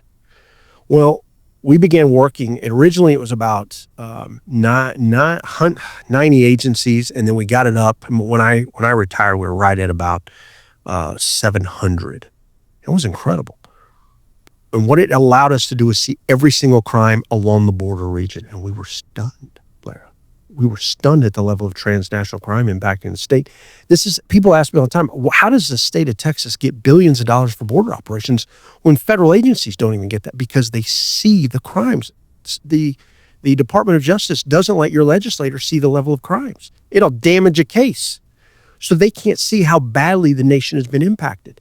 And this is how Texas won, by just illuminating it to the executive leadership in the state. And I was a part of that creation. And that's why I could see it. And then what did they do? In 2021, the FBI finally went to what they call their new system. Created in 1984, implemented in 1988. No, this is no shit. It's called NIBRS. This is the new system. National Incident-Based Reporting System. Captures 52 index crimes. Much better. But guess what? They don't tell you. What? 60+% are even using the damn thing. And major agencies like the NYPD don't even submit to it. So you cannot leverage and look at crime data in this country and think it's going up or down. It's a total farce. So that's why in the communities you feel the problem. You feel it in your community. You see it visually. You live it. And everyone tells you crime is going down, and you're looking around going, what the shit are they saying? What are they talking about? This is where it comes from. So the FBI's data system and the federal government is so damn flawed. It is incredible. And this is why when I'm screaming, we got problems, people say, well, that's not what the data says, Jaeson. And in fairness to them, it isn't. They weren't lying. But we weren't lying either, though. Yeah, you see what I'm getting at? I do. And where is the breakdown in that? It became a Republican and a Democratic issue. Yes. And who carried that narrative? The media. 100%. Because they don't question it, and because if it's a Republican issue, most of the media is going to attack it, and they're just going to follow what the FBI says or follow what the leadership says, and they're not going to challenge it, because this is how you can have. I've been to border town after border town after border town and listened to the people, including, by the way, a Mexican you have priest. That's true. You absolutely have. Who tells you how dangerous it is to live there. And yet you look at the statistics and it's not reflected there because they are deliberately not documenting and recording and communicating the crimes that they know speak to the problem. It's why the media has said for years that this whole idea that, there's a danger from the cartels, that these communities along the border are among the safest communities in America. Yeah. Haven't you heard that one? 100%. El Paso is a great example of that. And that everyone like you who says that they're not safe is a liar. That's right, because they don't capture transnational crime. And every border city is overrun with transnational crime. And I will tell you, like when I was a captain, I used to go to the intel agencies. And I used to go, I debriefed one of the analysts that reported directly to the DHS secretary. And I'll never forget some of this stuff. I would say to them, explain these things out. And they would say, hey, we hear you. Jaeson, we want you to know we hear you. But as long as that shit stays in Mexico. And I'd go to the next one. Jaeson, we see it. We see it in the classified reporting. We know it's a problem. But as long as that shit stays in Mexico. Now understand, I'm dealing at the time on the border. We're overrun. We got Zetas executing Mexican citizens and migrants. They're executing migrants and even acting like the migrants were a part of another rival cartel, which they weren't. We had the first decapitation. I'll tell you a great story. I was sitting in my office in 2013. And one of my agents walks in with this unit that I can't talk about. And he says, hey, we got a problem. I said, yeah, what is it? I could see it on his face. He said, we got a dead body in South Lake, Texas. And I said, why is that a problem? He said, because the FBI, the DEA, and HSI is all on scene. And I said, oh, shit, yeah, you're right, we got a problem. So the ranger gets on scene. Sure enough, it was a hit by one of the cartels against a Gulf cartel attorney who had been in hiding for quite some time because he knew they were after him. And they'd put tracking devices on his family's vehicles. And finally, after months and months of effort, it was $1 million operation they spent to locate him. They found him and they executed him in South Lake, Texas. Now, for those that are not familiar with that, the mall there in South Lake, Texas, South Lake is a very upscale area. And they executed him right in the parking lot as he was sitting in his vehicle. Then in 2015, I'm sitting in my office because I'm a captain and that's what you do, right? Drinking coffee. And one of my eating donuts. I got to draw a line. And one of my guys walks in and he says, hey, Cap, we got a problem. So what is it? He said, we got a body floating in the intercoastal with no head. And by the way, the ranger called and it's been gutted from the navel all the way up to the sternum. And the entrails have been removed. And I said, yeah, that's a problem. And they want to know if we can get on it. We solved that case that day. That's how good this unit is because they work in a team of teams approach. And there was a Border Patrol agent and an individual who was killed. If you get a chance, look up the Luna case. What it was an individual was stealing cocaine out of tires that he was putting cocaine in. Yeah. And a Border Patrol agent was working directly for a plaza boss, and they cut his head off. And the source told us they cut his head, they shot him in the head first, they cut his head off in this tire shop, and the head was sent back to Mexico is what we were told. We told the ranger they were able to get enough evidence to run a search warrant. And when they hit it with luminol, and if you're not familiar with that, that's a light, certain lasers that picks up blood. You could see it splatter, it just came alive. And we knew and the source was spot on. Ran a search warrant on inside the tire shop, right? Right inside the tire shop. Ran a search warrant on the Border Patrol agent's house and found $89,000 heroin and a Cartel de Golfo gun in a safe. Great work by the ranger, great work by the sheriff's office, and great work by this unit who did amazing things. How much of a problem is that where you have Border Patrol agents who are dirty? It's a problem. I mean, I'm not going to kid you. You've had not only Border Patrol agents, you've had state troopers in my agency, and along with sheriff, not just sheriffs, part of the deputies, the high sheriff who was working directly for these cartels. So the corruption issue is no joke. And that's part of the reason I tell you about the strategy with whom we have to go after to illuminate the damage on our side. There are reasons for why I'm saying what we need to do. But I say all that to tell you that we have been dealing with this problem for a very long time and that the threat has been walking among us. I think that's a good place for us to end this. Thank you for having me today, Lara. It's really good to be. And I'm going to have you back. can I just say one thing? Yes. To the mothers and fathers who lost your loved ones, and many of you have told me that you have been abandoned or forgotten, and we promised you we'd get it done, and we got it done. Yep. And there's good people. Derek Maltz at DA. Great guy. Tom Homan, Tom. Rodney Scott, Sarah Carter, Victor Avila. There is a long list of great people. Eamon Blair. Eamon Blair's work is unbelievable. Oh, man. Sarah's a great friend of mine and amazing journalist. Lenny Katz and Victor Avila, of course, almost died in Mexico because of Fast and Furious. Absolutely. And these people all have bared a Terry Cole. Oh, man. He's going to hate us mentioning him, but Terry likes to fly under the radar. I'll tell but he's at DA now and right in the spotlight. And like Derek, you talk about him. Look at what he did for the families. He did all that these years, never got paid $1 for it. Did that all out of his own time for these families. The families truly love him. Derek, for people who don't know, Derek Maltz, he ran Special Operations Division of the DEA and retired with similar frustrations to you, I think. And in his time, he has not stopped working. He has not stopped one time. And no one has done more for the families of people who've lost victims, loved ones to fentanyl than Derek Maltz. That's right. Those families. He never stops. Never stops. Now, as we talk, he is the acting administrator of the Drug Enforcement Administration. Fantastic. But Terry Cole's coming in as That's my understanding. As the head. Terry. But great people who did so many things to try to illuminate this. This was a team of teams approach across the board, 100%. And then we have to remember there are those in the shadows. Oh yeah, who can't be mentioned here, but they will have their day. We will make sure of that. Well, they can have it right here, Jaeson.